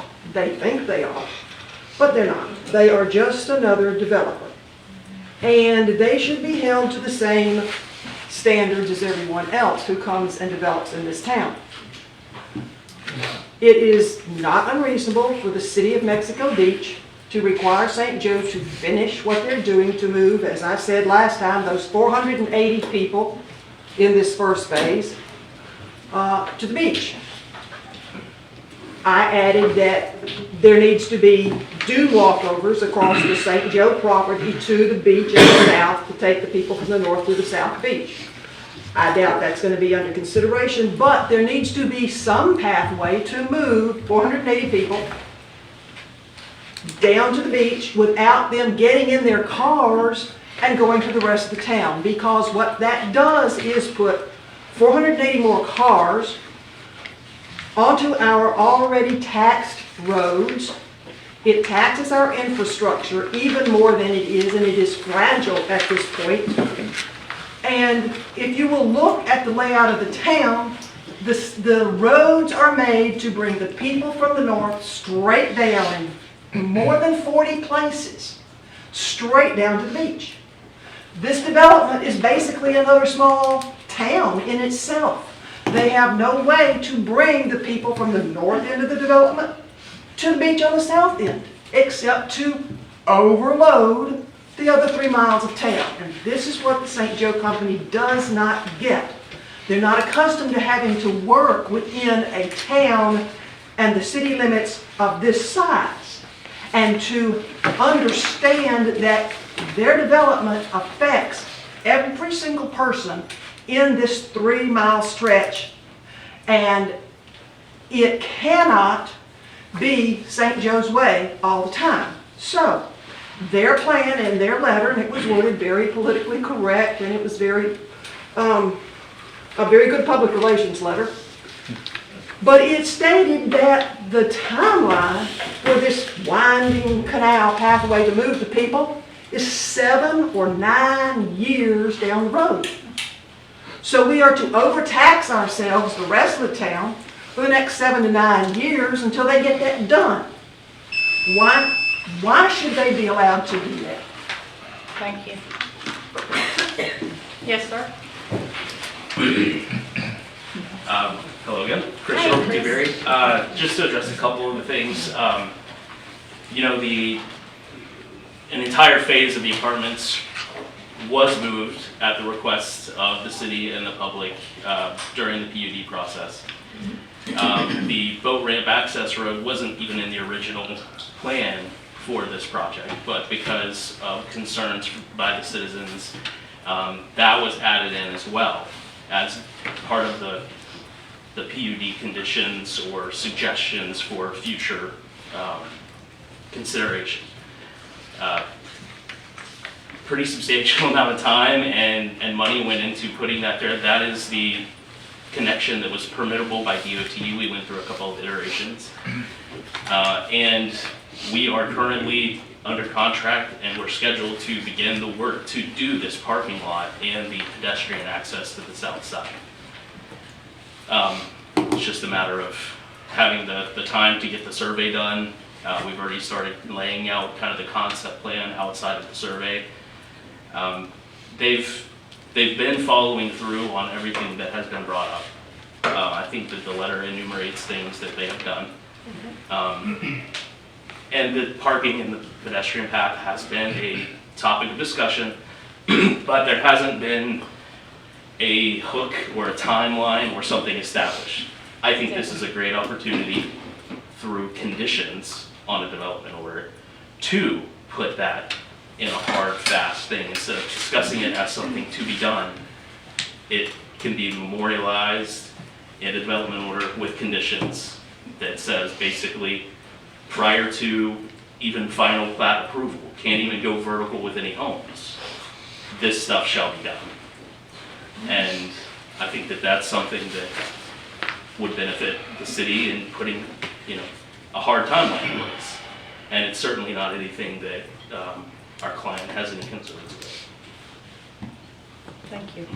Chris, you went back and talked to them after you talked with us that night. Yes.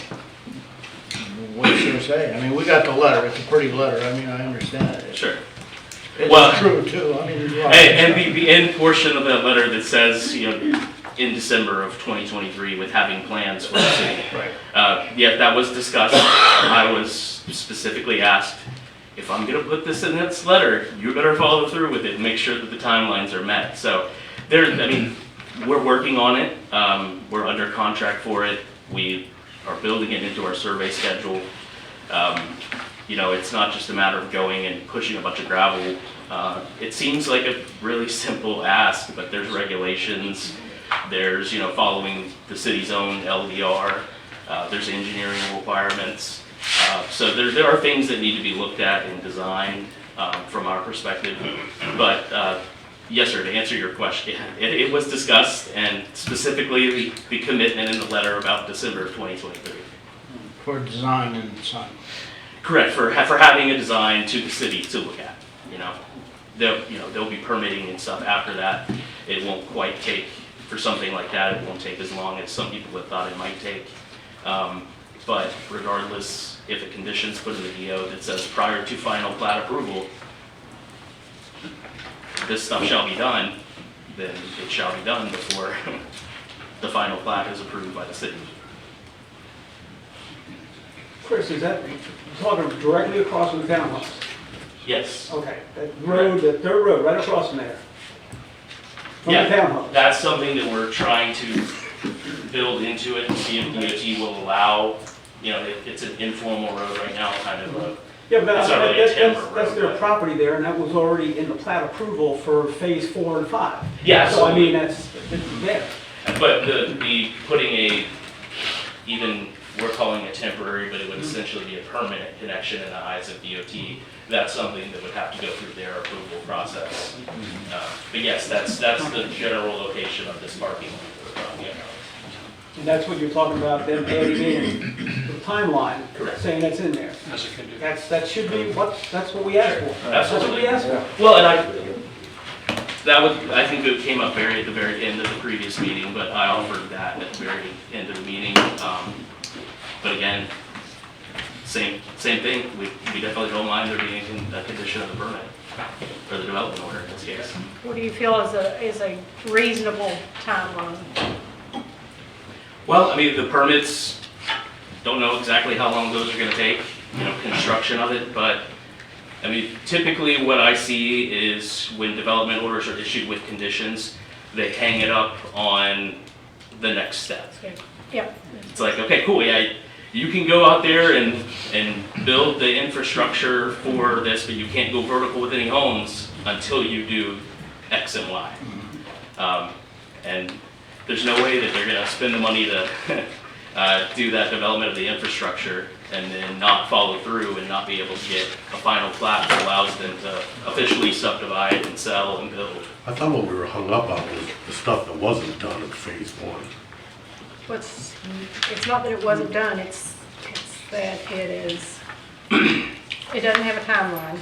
Correct. And again, that was something that, these items have been discussed at different steps along the way, but there has not been, a monument I don't know the word I was trying to say. There hasn't been a, you know, a formalization of a timeline that says, you know, this is when it needs to be done. But this gives us the opportunity to make that But if a you reality. look at everything here, most everything is either says completed, or, you know, the design and engineering is commenced, or, you know, and then some of them have times, like 2032. Yeah, sure. Yeah, so, yeah, so we don't want it to be 2032, okay? No, I guarantee you, that's the last paragraph when I said, my client called me and asked me about that date. They definitely don't want it to be 2032 either. Okay. Are we at the table for a little while? We're here. We're still public. Okay. Yeah, so, okay. Any other public before we close the public discussion? Thank you, Chris, and we'll probably have more questions for you now that we're going to close public discussion. We're coming to the table. Yeah, I have a couple things. I mean, first of all, really, the letter was very nice. I mean, they did a great job with it. I mean, and we do support them. We really do. We've got a good relationship. I'd like to reinforce what the citizens are looking at and what I just heard from them. Sure. From a 2020 letter from St. Joe County. 2020, February 10th, 2020. The Air Force has repeatedly stated that the lack of off-base housing is one of the major concerns with the development at Tyndall. I don't hear anything about Mexico Beach. They want to build because they need places for Tyndall. All we're doing is trying to get those Tyndall people across the street safely. I mean, I'm not on a podium here, but you can't ignore this stuff. It's true what I just heard, excuse me, I don't remember your name, Mary? Mary. I mean, it's exactly right. It's a money thing, I understand that. We just want to be part of it, that's all. No, understood. And I think that we are moving in that direction. Well, the mayor just brought up the 2020 letter and then the village pub development commitments.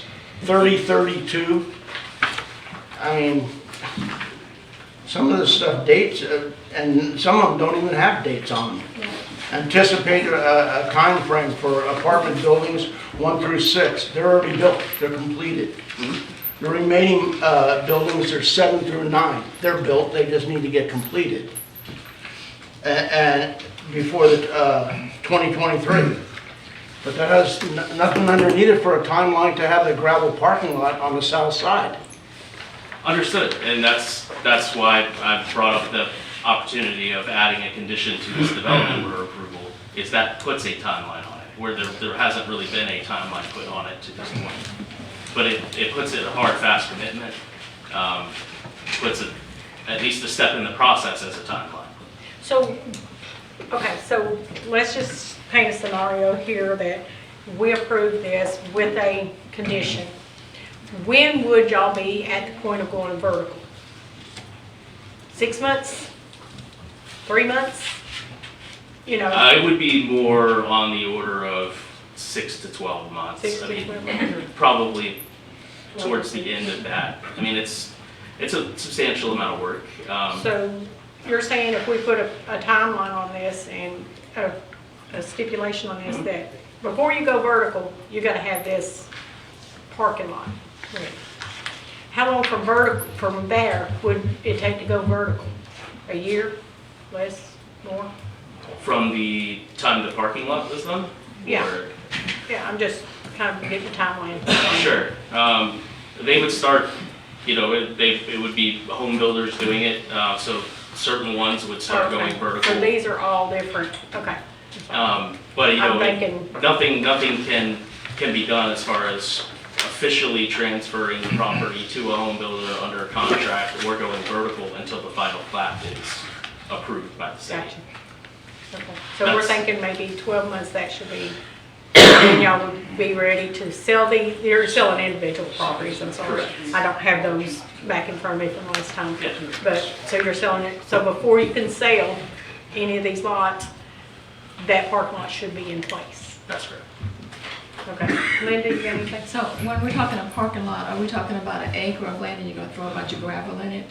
Is that what we're gonna get for this? Well, it's going to be a gravel parking lot, but I mean, it's going to be designed, it's going to be sloped, it's gonna be compacted gravel so that it doesn't, break up or have potholes. It'll be engineered and designed so that the water will run off of it and not have standing water. But yeah, it's not just gonna be, haphazard, just scattering a bunch of gravel. It will be an engineered design parking lot. It just won't be, asphalt paved because it is, still considered a temporary parking lot. For the millions of dollars that St. Joe Company is gonna make off of this, and we're gonna get a gravel parking lot to move hundreds and hundreds of people, that doesn't thrill me at all. It's just, I was told like this afternoon, there was a third-party review with a different Panhandle Engineering Company. I guess that's an independent company that also was involved in this project. So is it a choice for us to review what they came up with and maybe possibly have given some thoughts to how we're gonna move hundreds of people across the highway? So my understanding of, and I'm not knowing all the moving pieces, but my understanding of their involvement, because it was an application that was prepared and designed by Dewberry, we submitted it for an application, and the crossings, the apartments, and the original permitted design of the townhomes, they provided the independent third-party engineering review to make sure that all of the city's codes and regulations and design standards were being met. So that was their involvement with the previous phases. So it's kind of similar to what Carly and them do? Correct, exactly. Yeah, okay. Just from the engineering side rather Gotcha. than the planning side. Gotcha. So I think, was it Panama City recently that was on the news where they were actually going to build an underground tunnel to move people, and it was gonna be a $5 million project. Any chance that we're gonna have something happen? Considering the millions of dollars that St. Joe will make off of this, and we're appreciative of all they've given us, but we're talking hundreds of people by the time y'all finish this out, millions of dollars in St. Joe's pocket. It'd be nice to have something really nice like that. Like a big bridge at the The beginning where it gravel comes in, it says parking lot. Mexico Beach, it's got all these beautiful lights. Have you been to Peachtree City? They've got this big bridge, crossover bridge. Not only can people go over it, golf carts can go over it because they're a great golf cart community. And it's, this beautiful bridge. I mean, think about it. Take that into consideration. Can I ask you a Okay. question? Yes, go ahead. Yes, sir. This particular parking lot they're gonna put for these apartments, is it gonna be gated? No. Single reason I'm saying this, the water above the jetty is a hell of a lot cleaner than the water down here. And when they realize if they can get up there, they're gonna fill the parking lot up. Now, are they gonna gate it and keep people out, or are they just gonna leave it open? So you're speaking of the parking lot for the apartments specifically, or the temporary parking lot? The that we're talking temporary, about? anything on the other side of the canal, that water up on that side is a lot cleaner than down here. As soon as these people down here realize that they've got a big place to park, is Joe gonna run everybody out and just say, no, this is just strictly for our development? No, so the beach access parking that we're talking about on the south side of 98, it's the topic at hand here, that's not gonna be gated off. It's gonna be open.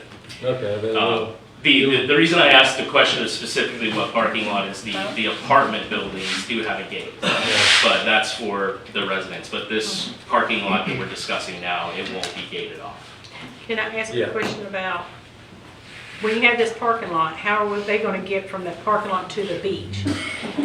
Y'all gonna have a walkway over the dunes, or, having a parking lot there means nothing if they can't get to the beach.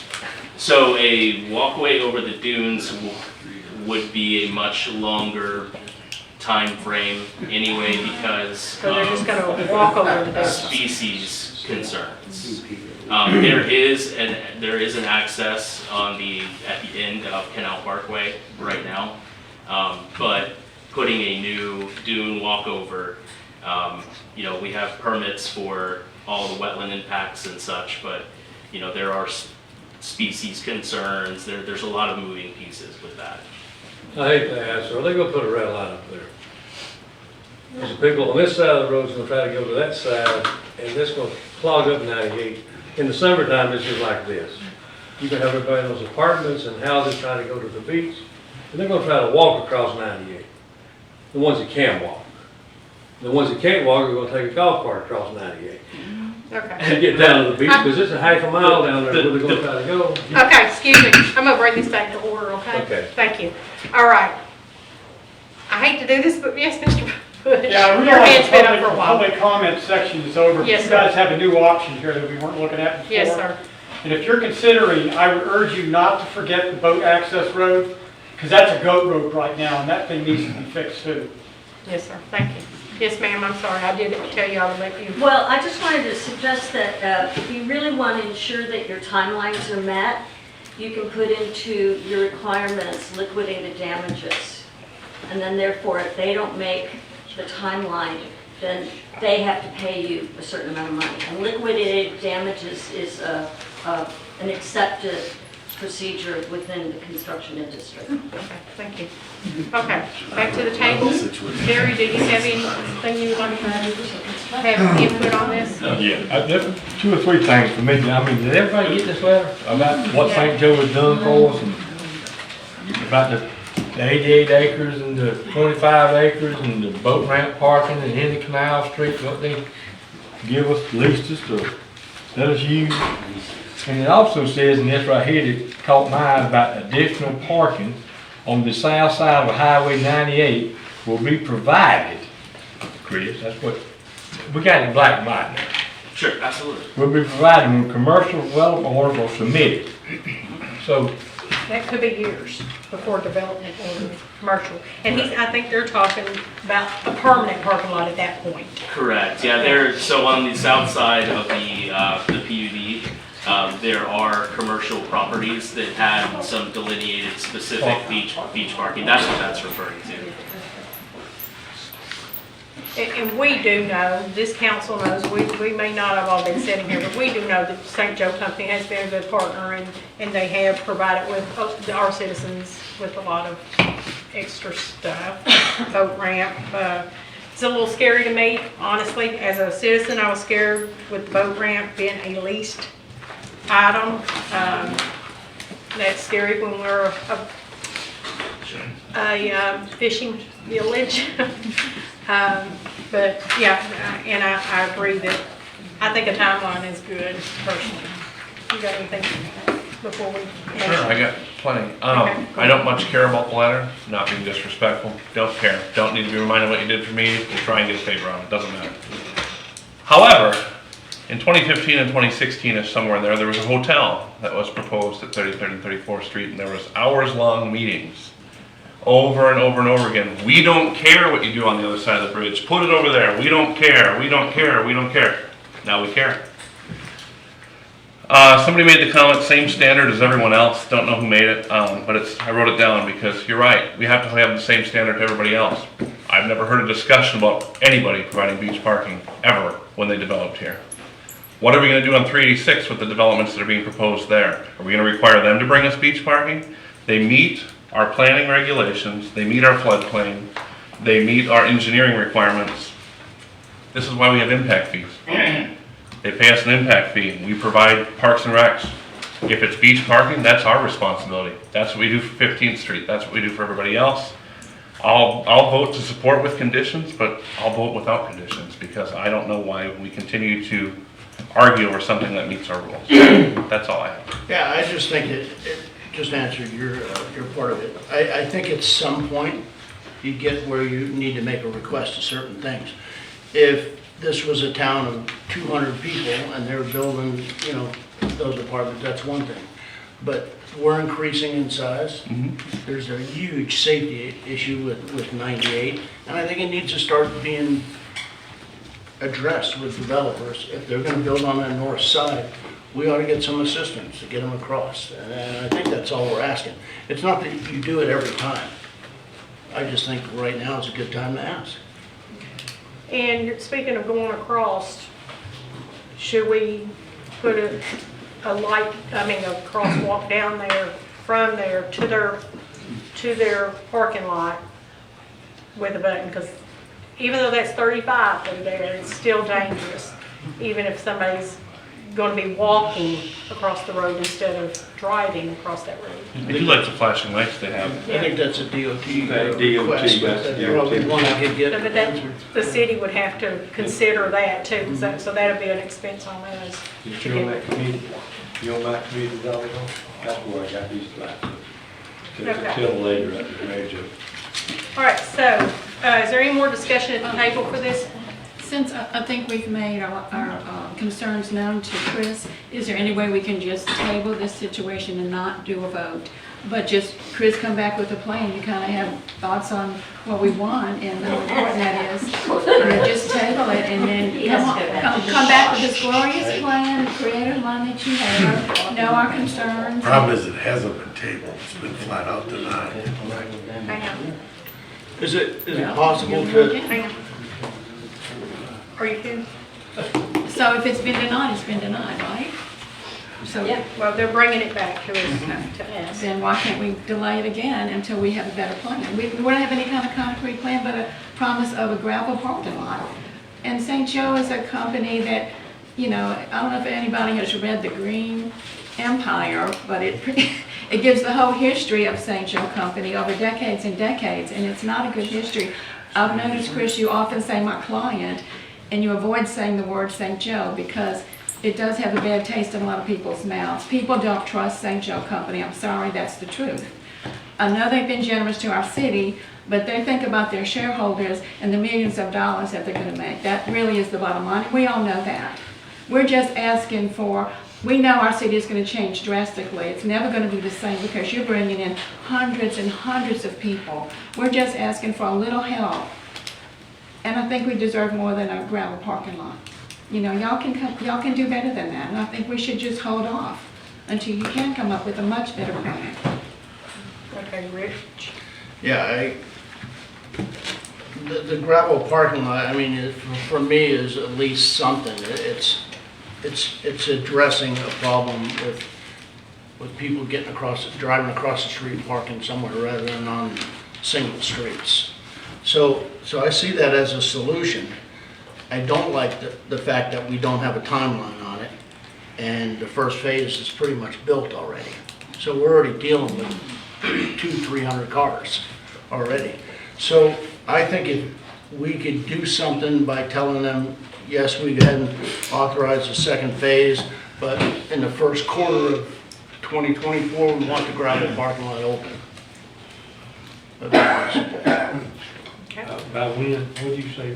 First quarter of 2024? They what, April, May? Well, and if I may address that concern, you know, this is being done as a condition of this development order for this development. You know, putting a condition that's predicated on, you know, final plat approval, what have you, that gravel parking lot would be there to offset the impact of that development. I would be a little second phase? of this one, yes. The second phase, yeah. That's where I get confused. So basically what Chris is saying, we can say, okay, well, we're going to let you guys move forward with your development order. And the condition is that we have this new parking lot in there before you start selling these lots to go vertical. Because it's individual lots being sold, and then people will come in and start building their houses. And then their houses can take a year. But we still have to deal with the first phase that's already built. Right. I mean, it's there already. It's a gravel parking lot. Yeah. So in other words, we're not going to add anything else to our plate without having this parking lot in place before they sell these lots. That's what he's asking for. So. And this is giving us an opportunity to formalize a timeline and a step in the process to hang this improvement on. Like I said before, it's been discussed, you know, in the future, you know, consider doing this, but this gives us the opportunity now to actually put something hard on paper that will guarantee that prior to the next step being done, this work is completed. How many parking spots is that gonna be? I know y'all already kind of figured that maybe out. Oh, you put me on the spot here. Until we get the survey, we're not gonna be able to really nail it down. I mean, it's not gonna be on the order of 30 or 40 parking spaces. You know, it's gonna be a more substantial parking lot, but we've started doing some very preliminary layouts, but once you get the survey information, then that could change things drastically. But that's why we wanted to have a plan to the city in December for you guys to look at, so you have an expectation of what's gonna be there.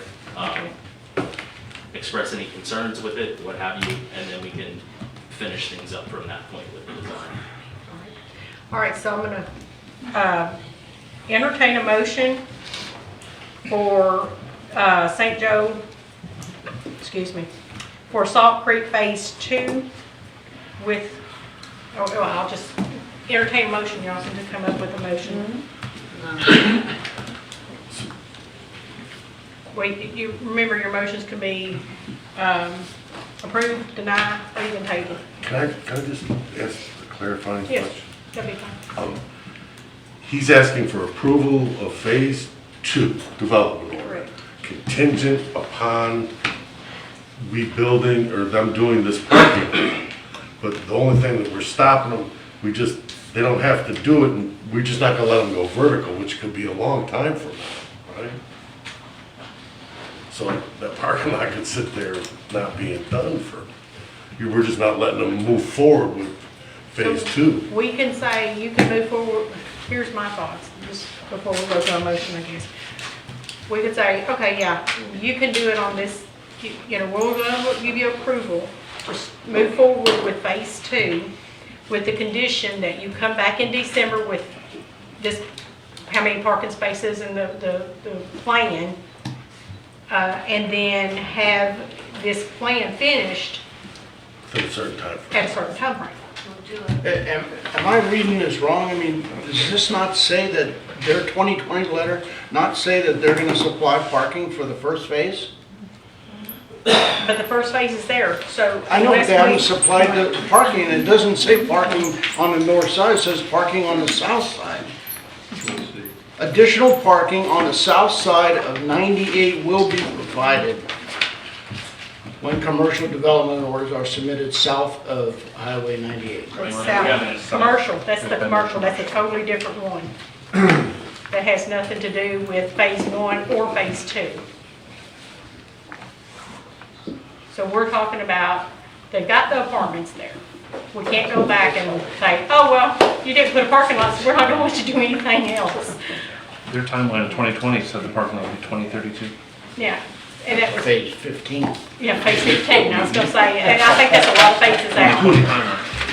And again, that's referencing the commercial development. Correct. Outside. Mr. Cahill, I'm offering the conditions as a suggestion. I'm not requesting conditions specifically, but that was just discussion of. That was back to the hotel. We want something, and you want something, and we have a solution if we want to move forward with that, with putting. So, I'd like to make a motion that we table, and that we just need more discussion. We need to be offered more. I think, y'all, this is your job of what y'all do. Y'all build gazillions of houses and things. You can come up with a better plan for us than a gravel parking lot.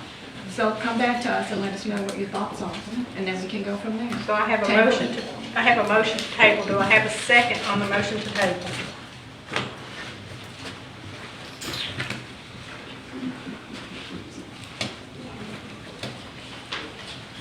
Again, do I have a second for motion to table? Motion fails. Do I have a motion, another motion? Do we have another motion for Salt Creek Phase 2? Can we put a timeline on the motion for St. Joe to come back to us and tell us what they'll do, other than, Yeah, that's what I spoke of, December. They're gonna have their plans ready for us. Chris, how can we do this, man? We all butt heads up here, really. Tell me how, what about it, Clint? How can we put this in writing on words that we get a parking lot and you get this passed? That's the motion. That's what I'm asking for. I'm asking for a motion. You either deny, or we've already concluded that the tabling's not gonna work. Deny approval with conditions. Denial, approval, or approval with conditions. We've already denied it once, so I think we need to make a motion to amend. We can still deny. We got the motion to deny, or, so y'all, I need to have some type of motion, either denial, approval with conditions. Make a motion, we approve this with conditions. Now, how we list those conditions would be to have the parking lot built prior to going vertical on phase 2. The parking lot in phase 1. Final plat, is that what you said? Yeah, the parking lot finished, it was supposed to be done in phase 1. Is that what we're saying? Yeah. The south side. South side parking would be complete by, before going vertical on the phase second 2. phase. And that they're coming back in December with plans. the plans. So For the plans, other than a parking lot. with the plans for the parking lot. In other words, telling us how many parking spots they're gonna be, exactly what that's gonna look like, exactly where that's gonna be placed based on their survey. Okay, so we're supposed to already be getting a parking lot with phase 1. And that It didn't happen. That was the previous council. That didn't happen. We had the opportunity now as the new council to make sure that things happen better and with timelines.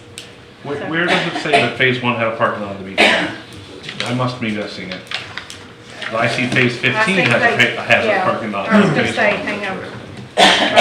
Okay, Phase 15. Number 5 on page 2, it doesn't say phase 1, but this is under the PUD, the beginning of the PUD. And that was, they didn't put a date on here. Phase 15. No, this is on page 2. No, up here, number 5. Beach access south on 98, unpaid temporary parking lot. They didn't put any dates or anything. Or phase. That was the hotel. You need to go back to your original plat where all this started 5 years ago. That was the hotel, and they were going to put 30-something parking spots at the end of Canal Parkway, next to the canal where the hotel was. That's what that is all about. Has nothing to do with this. You guys need to go back. None of you were here when this happened. I was at every one of these meetings. That's what that was about. You need to go back and re-look at everything. So, again, I'm at the motion, either motion deny, approve, we can even try a table again, that's up to you. You made a motion. Let's try it one more time. Try it one more time, thank you.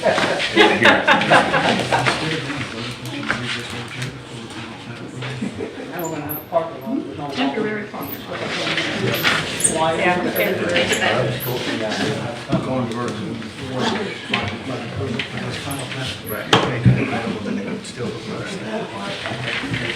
Okay, we're gonna try this again. All right, I make a motion that we approve the St. Joe Salt Creek Phase 2 with conditions. And those conditions would be to add on the south side parking lot prior to and before final plat approval and going vertical. We Do can't you go wanna- vertical. Do you want to give them a timeline to have us the plan? Oh, they're gonna have that by 2023. Go. December 23rd or something, Yeah, they said. they've already said that. Okay. Would you also like to add permanent parking lot? Because here it says temporary parking lot. So does that mean it can be taken away from us so they can build something on it one day? You might want to add the word permanent. Just a thought.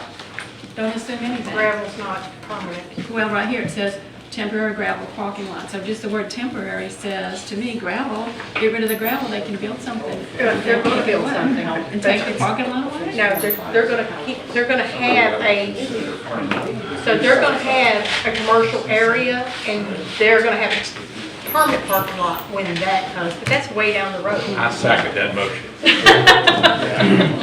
Okay, we got a second on the motion to approve Salt Creek Phase 2 with conditions of a parking lot on the south side prior to going vertical Final plat. and final plat approval. Do I have a second? So I need Tammy, thank you, to call the roll, please. Okay. Mayor Miller? Yes. Mr. Smith? Yes. Mr. Welly? Yes. Mr. Wolf? Yes. Ms. Hamilton? No. Okay. So now we're down to, thank you for all the discussion, both in the audience and at the table. Discussion of items, projects for state appropriations process. It was brought to my attention recently from Senator, no, I get them mixed up, Representative Britt, no, Representative Jay Trumbull's office, that it's coming up for state appropriations that we can put in for things that we want to get. They have millions of dollars to appropriate to different cities for different projects. And I think Chris told me that we have one started, or have we got it in? I've already submitted it to both the House and the Senate. Okay, so he's submitted to the House and the Senate for the pier. For the pier. To have extra funds for the pier. We can submit more than one thing. So we got till November 5th to submit if we want to put anything else. Any other appropriations that y'all feel we need in our city that may be, like last time we had the fire truck and the bridge, walking bridge. And we did finally get both of those. It took a while. Went through 2 appropriations, I believe. So, what did we ask for in that appropriation, Chris? Because I hadn't seen that. The appropriation for the pier? Yes, we asked for additional money because FEMA's only going to replace the pier length that existed, 856 feet approximately. And so that's not going to get us out in deep enough water for adequate fishing. And so I requested additional money through the appropriations process to extend the pier on further out in order to get it deeper and have a better, nicer pier, obviously, which would be a big draw for our city. What was the funding? 10 mil. 10 million? Just 10, Just 10 and it does need, I agree with you, it's got to be past the second sandbar. Yeah. Do any of y'all feel like we need to put something else out there for another appropriation before the 5th for our deadline? Maybe some beach parking. Adrian got one. Okay. So you wait this. I'm not there to discuss it here. I'm dead serious. I'll bring you a list. Okay, so the one thing I was looking at, I'm thinking like, what did our city do? Before the storm, we had bathrooms up on 8th Street. We also had, and nothing's been done with our parks. We got the canal, parkway, the canal, when we got the boat ramps, we've got Sunset, but we've got 2 other parks that pretty much have been ignored. And I think we might want to put in appropriations for our parks to be real bathrooms. Real bathrooms, and do you know, Chris, by chance, from passing down from the previous, if what's happened with the exercise equipment thing that under the pond? We're currently working on that issue. We're waiting for the company that's going to install the pole barn for the pavilion. We're waiting for them to invoice us for the 20% down that we have to pay them in order to get them to start work. And then once that is completed, then there'll be an 80% payment, remaining that we'll pay once it's complete. As far as the playground and exercise equipment, we're finalizing that right now, trying to pick out what equipment that we want. And the design is going to change just in order to save money to make sure we have enough funds for both the concrete pad and the exercise equipment. But we're actively working on that right now. That one's appropriate. So would we appropriate funds for our Parker Park. Yeah. Parker Park. I know we're gonna do playground, it's been, Bay County has gave us money for that, but there's other things we want. I seen a beautiful pavilion type thing. It's like a cover, like a stage, and they had it covered with this white, I mean, I got pictures of it. I think that would be something we could, a permanent stage. Like an amphitheater? Yeah, it's like an amphitheater, but they had picnic tables under it, but when we went to the concert, they had moved their picnic tables and had the concert under it, you know, the band under it. So it's something that could be multiple use even. What do we currently have out there for FERDAP grants? Do we have any right now? That's what this is been. That's just okay, yeah, that's what I thought. Okay, so, do we want to see if Kristen would put us in for appropriations for, I want to see Lisa's list too. I'm curious to see what's on it because. well, we have only to November 5th to get something out there, so we need to. You're not gonna have another meeting. You'll have it by the end of the week. So, but we need to discuss it. Oh, that's right. I mean, we can come back to, we could do a special meeting, like 15-minute, 30-minute meeting for us to talk about anything we want to. Be here tomorrow. Is it better? Yeah, we'll be here tomorrow. Is it Yeah, better we to could do that. submit? Add it to tomorrow. Yeah. Tomorrow's agenda. We can do that. Better to submit a lot or prioritize ourselves? I would think, this is what I was getting from them. Ask for the moon and settle, ask for the moon and settle for the stars or whatever. They're hard to get. I mean, we've Yeah. tried repeatedly and we just got 2 and that was rare. So that's Yeah, why. so if you put more than one in, your likelihood would probably be that you might get one of them. It's the spaghetti on the wall. Yeah. Throw it So all let's out throw it all and see out there and what see what we get. And I didn't want to miss this opportunity for the city to give appropriations for more, you know, we might not get 10 million for the pier, but maybe we could get a few $100,000 for the park. You won't get what you Veterans. what you don't ask for. Exactly. But, Mayor, if I may. Yes, sir. We put in for the bridge and for the fire truck, not twice, Twice, exactly. yeah. The first time, we got taken at the veto stage. And obviously then we kind of went back and said, boy, why did you do that to us? We really need these things, and we got them second time then. Right. So as long as they're important, and you can keep them in there for as long as possible, if you get kicked out, you've got a chance to come back. But if you put in a little bit too much, and you know, a lot of them are going to get dumped before you get the veto stage. So pick the 2 or 3, in my humble opinion, pick the 2 or 3 best ideas we can come up with. The pier being a massive Pier one, being we all want. massive. You know, yes, recreation is another part, as is pier.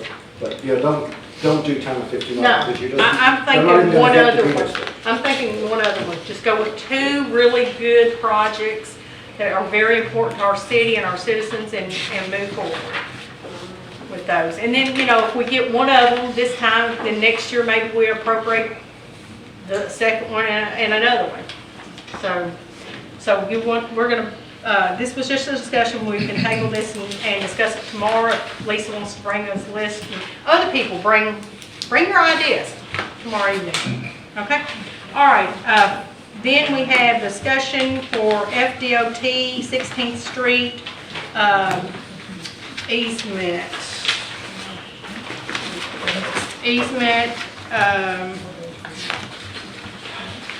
And I think it's Chris? Yes. Okay.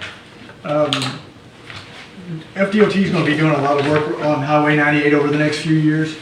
As part of that preparation for that project and everything that they're going to be doing along 98, they want to install a stormwater drainage system on 16th Street to correct the problems there and carry water away from 98 back to the old canal system.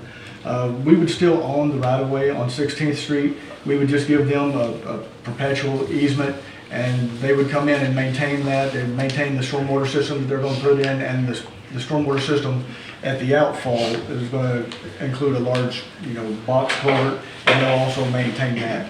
So it's not going to cost the city anything. We're just giving them permission to come in and do all this work, and they're going to maintain it in perpetuity.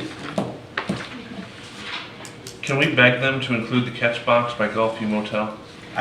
I Just beg them, get that water out of there. I beg them to include all of our streets. I'd be happy to turn everything over to them and maintain it. Oh, it's terrible, it just pools. I was just getting ready to ask, was this gonna help anything for the hotel at all? It won't help the hotel this time, but that problem will be corrected as they begin to work on Highway 98. Yeah. Okay. The same pit. It's terrible. Yep. All right. And there is, FDOT does have a resolution that they've included that the mayor will have to sign. So if there is a motion, just, if we could approve the agreement as well as the resolution, and we'll have to get that to FDOT. Okay. Randy, you got anything about this? Sounds like a good idea to me. Second. Anything else? Third. Good? Okay. So, yeah, his So do stomach's we- been growling up here just do we- FYI. You gonna feed me the next time we have I actually started to bring you I something. think we just, the resolution is So- giving the mayor the power to Yeah. execute. So we don't have to perpetual read it. easement. No. No, you don't have to read it, but we do need a number for this resolution, like, What's the next one in order? yeah. 2023 dash. have a number, we put a number. And there is a spot there for consideration shall be, there's $1. Okay. You know, So, normally it's $10, yeah. $1, yeah. So can we make the motion without the number and have it added later, or do we need to read it with the number? If she could find the number, we could What's say wrong it. with PE 14? At the very top. Because we have our Because we have resolution, that's how we keep track. I can't get on the network. Yeah, just a motion to adopt the resolution, the clerk will assign it the appropriate number.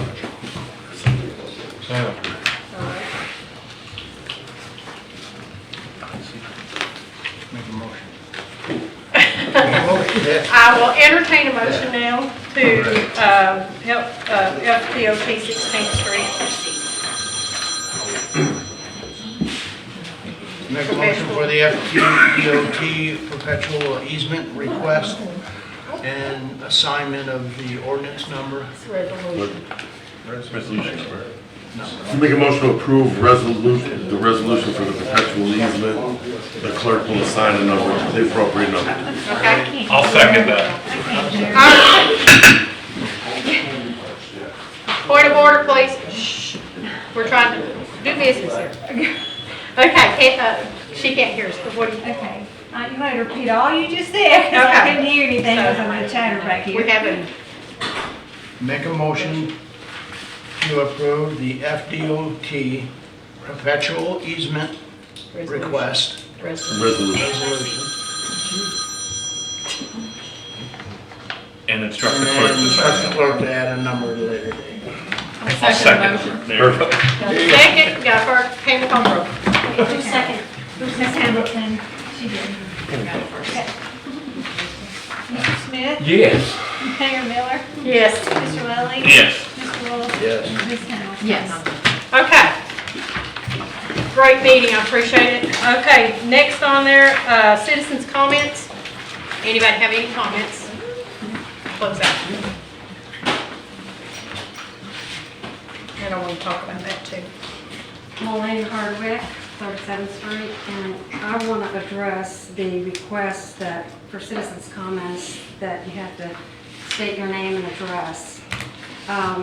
It hasn't been consistent at all. I mean, majority of Mexico Beach residents will come up here and state their name and address, and I have no problem with my name, but I have observed non-residents, you have allowed non-residents, Port St. Joe, Bay County, come up here and they don't have to give their address. So I called the state and there's not a requirement to give your address. We're live on Facebook. In this day and age, I really don't even think that's a good practice. But the state said maybe the city has a requirement. So my question is do we and why do we have to state our address? It is in I think it's in, 17, or 2017. it's a resolution, it's a resolution It's a that resolution. sets forth how the meeting's gonna operate. And that's 2017, I got it. Dash 07. Dash 07. Yeah, Well, either reconsider it, I think, or it needs to be consistent, think we need to because not rewrite. everybody follows that. I think we need to rewrite that resolution entirely. I would but- agree. But that's my So- thought. thank you. And we'll bring this, let's put this, to look at this resolution, 1707 in the future, in a future meeting. We'll come back and discuss it. All right? Anybody else? Yes, sir. Alex Hogan on 7th Street. I just want to commend the council on the format you've changed, going right into business instead of going with comments from the group. We get rid of business, then the other people can get up here and do what they want to say. If you don't want to hear what they want to say, you walk out. So I applaud your change in your format. Thank you. Yeah, I think we addressed a lot of the things that do come Yeah. up in our meetings that would have, That we was- just wait. Yeah, I agree. And I need to come to the table with this. Do we want to keep we'll talk about the change, but for future meetings, do we want to put the mayor's comments, the citizens' comments, and the council comments all at the end of our meetings? We have the right to do that. Of course, we will have the right to do that in that the resolution when we change it. I think the as well. current resolution's written that it Yeah, it's goes got- mayor, council, citizens, and Yeah. council never Council moved up never there. does that, yeah. So I don't, Exactly. So we have the right to go on and decide as a council that for right now, we want to move it to there, and then we'll look at the resolution and make other changes in it as well at a later I think the date. council comments, I mean, we need that before we vote on something, we need to kind of. Oh, that's always Okay, on, that's okay, always okay. on that. This is just like at the end, like I would General say. comment. Yeah, all the general comments, the citizens come up, they can, or we can say our part, because y'all may have something to say after us that is relevant to what we've said, I think. So that's all I want to ask is can we, for all future, move citizens, mayor, and council comments to the end of today, of the meeting? let's revise that resolution. There's other things in there that need to look to. Yeah, we're going to still do that. Are y'all okay for now on until we get the resolution fixed? We just have so much business on We here do. right now that We it's do. important. I think it is. And I think it gives them opportunity to hear us discuss things that they may want to come up at the end and talk about. Good. So we're good? Okay. Tammy, we're good on that. Mr. Latham? Yes, ma'am. Hello. I'm sorry. You just come up, we changed it yet. Julie Gardner, 111 20th Street. Employee luncheon for the fall is at our house again, November the 8th. Chris, I think y'all are putting out a flyer or something, I don't know. Most people have reached out that want to, anybody that wants to can. We're easy to find, you can drop it in my mailbox if you want to leave something. We have 2 refrigerators at our house, and we have 3 or 4 if you need to drop it off before then. David Rich is bringing his cooker and cooking chicken and ribs again, so. So you just need sides. Whatever anybody wants to do. Okay. Well, you're having me. Oh, and we have drinks. The Methodist Church is providing drinks, and Rock has already ordered paper goods, I'm sure, because he's on time. And cups. And cups. And cups. So. And plastic goods. And, yes, Rock has me covered on that, so, and if we don't want y'all to do anything, we have people that are setting up tables and getting tables that morning, so just like last time, y'all don't worry about anything, we got it. If you want to drop something off in Julie's mailbox, do not do it when the mail lady is there. Because you come in and put a stamp on it. Don't do that. Thanks, Julie. Thank you so much for doing this. Oh, yeah, we enjoy it, we enjoy it. We like to cook. You do a great job, too. I like to eat. You just need to not have it on a Wednesday sometime, because I really like to be there, and I work Wednesdays until after lunch. Well, Tuesdays and Thursdays are meetings, Yeah. and Mondays and Fridays, Everybody wants to go out of town, that's right. Okay, thank you, we appreciate it. Okay, so, staff, Mr. Chris. All right, over the last couple of weeks, we've had some good news at the city. We've had some employees that have done some great things.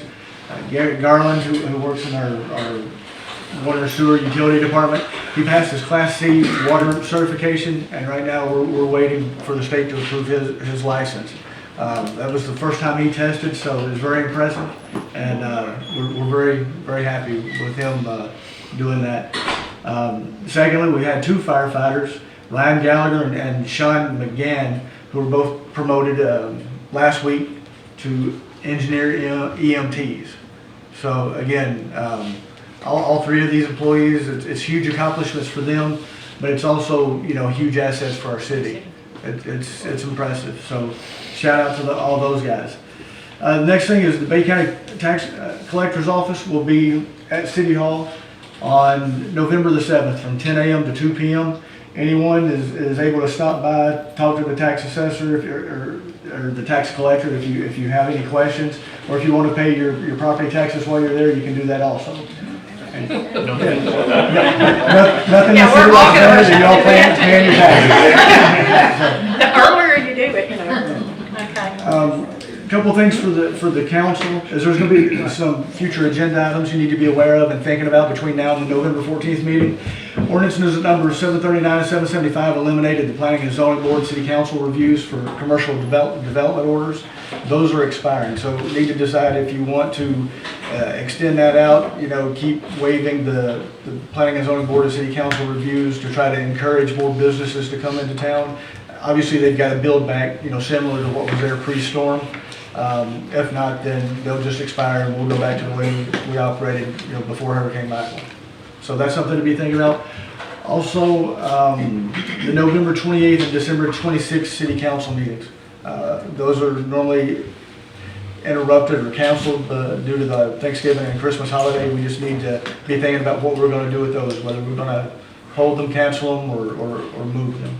So, what was the second date on that? December what? December 26th, the day after Christmas. Yeah. We will probably definitely cancel that one. And the other one is how many days before Thanksgiving? Like 3 days, 2 days? 2 days. Yeah. So after. What did we do last year? We canceled them both, right? I mean, I wasn't here last We had year. November's, but we didn't have December's. We could always move November's up a week and just have 2 back-to-back weeks. And then we could cancel December. I just don't know. Late December is impossible to do anything. Thanksgiving was always difficult for them, you know, speaking from 10 years ago. Because people go out of town for Thanksgiving. The 28th is actually after Thanksgiving. The 21st is 2 days before. So, I don't know if that matters to anybody, but it's the weekend after. It's the Tuesday after Thanksgiving. So I don't know who's back from wherever they go. You said 2 days after. It's I'm after. going out of town for Thanksgiving, I know. Thanksgiving's the 23rd. It's the 23rd, and that's 5 days after, right? 5 days after? Yeah. Night, I can guarantee. Well, do you think we'll have a forum? You'll be here, I don't know. Quorum, excuse me.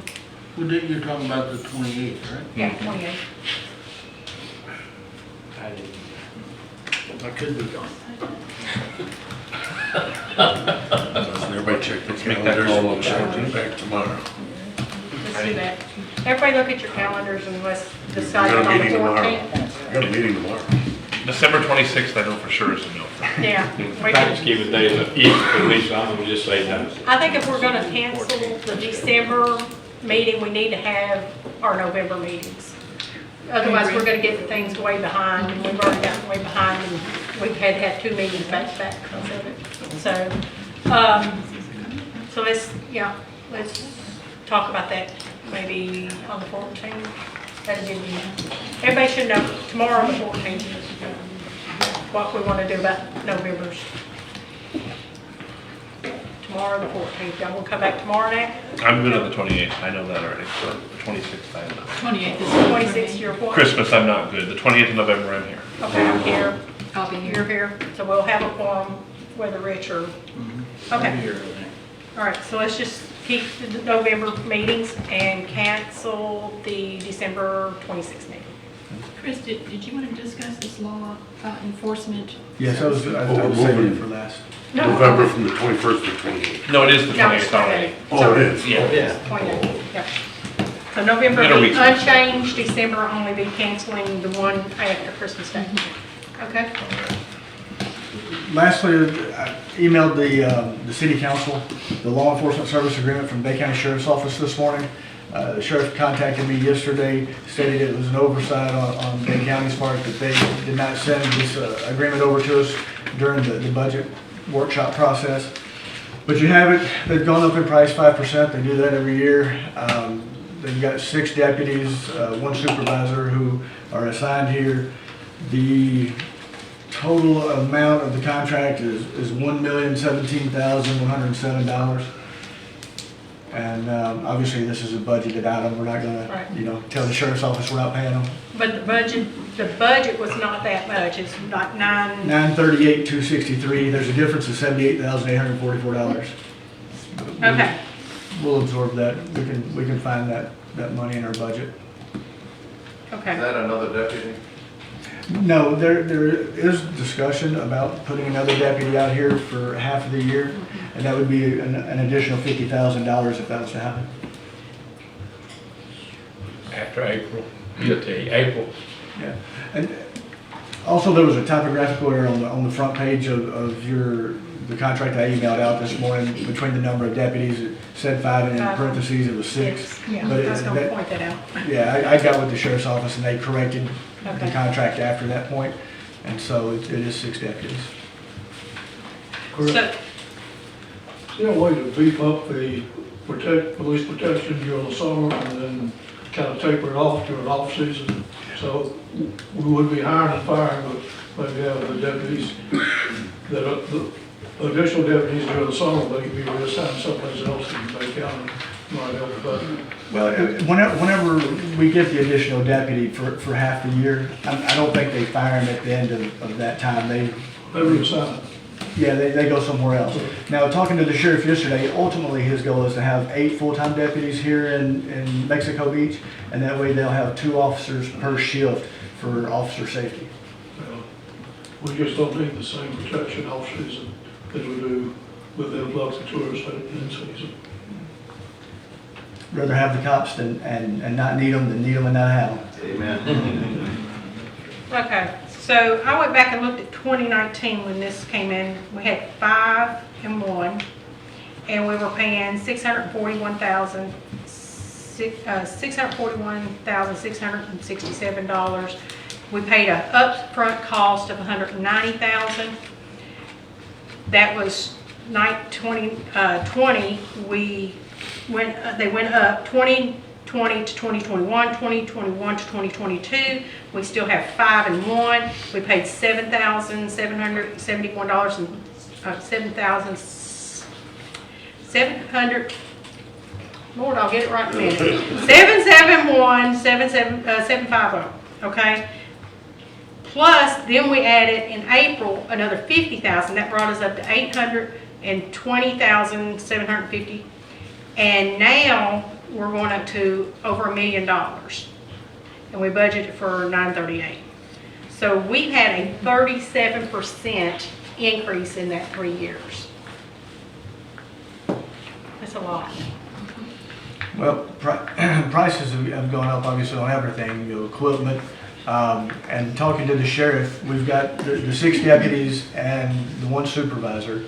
And if you average out their payroll, their benefits, just that, none of the equipment, vehicles, or anything else, it averages out over $100,000 per person. So you got $700,000 there, or over $700,000 just in personnel costs before you even get involved in the equipment.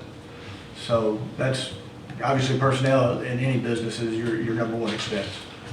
So. Do we need to approve it today, or can we look at it? The sheriff cannot receive a draw from Bay County and get paid for the service he's providing Mexico Beach until we sign this and get it back over to him. So he would like to have it pretty soon. Can we look at it tonight and discuss it, Michelle? Yes, ma'am.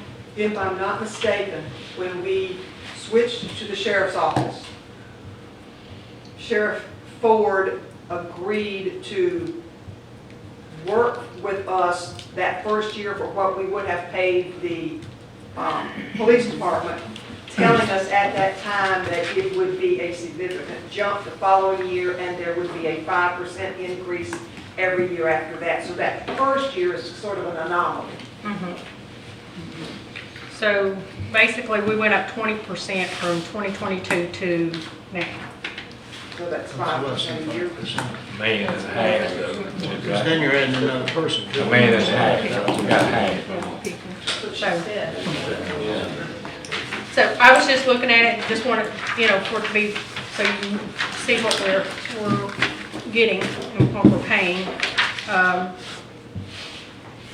And then that 6.5%.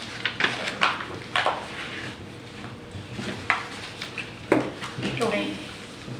What do we need to do? We're gonna sign the We contract. need to make a motion to do that, or? Motion to approve. We just gotta say that we wanna go and sign this contract. I'll make a motion to approve the sheriff's office contract for 23-24. I'll second it. All right, Tammy? Mayor Miller, Yes. Mr. Welly, Yes. Ms. Hamilton, Yes. Mr. Wolf, Yes. and Mr. Smith. Yes. Okay. Thank you. Our upcoming, sorry, Hold on. I don't have any. hang on. Chris, did you have anything else? I'm sorry. No, ma'am. I have Okay, a question for you. go ahead. Charter. Did I hear correctly that the charter review is complete? No. No, okay. We are meeting Thursday to kind of finalize it, then we have a workshop scheduled after that. Then it's coming, after the workshop, then we're gonna put it in final form, our recommendations, then it's coming to you guys. Can't go on vacation. Game of telephone gets me. Sorry. All right. Chris, did you, Mr. McDaniel, do you have anything else? That's it. You look nothing like Chris, by the way. Okay, Linda? Jerry? I don't think I'm gonna. Adrian, anything? I've got one. I will not be here tomorrow. I have a Wednesday night engagement that you guys know of. And if I walk in late, I'm sorry. I will try and get here if it's done fast enough. I'm not being rude, but if you see me roll in and you guys are still meeting, I'll be here, but I will not be here unless you go late. Okay. The only thing I got is, Chris, we need to do something about these beach mats. Figure out what we're gonna do. They're sitting there, doing nothing. Permits. Still got, we. Whatever we gotta do, we gotta make a decision to do it. We have all the material. Not that here. All right, so I have nothing, so I'm gonna move to adjourn. So moved. So moved. We got it.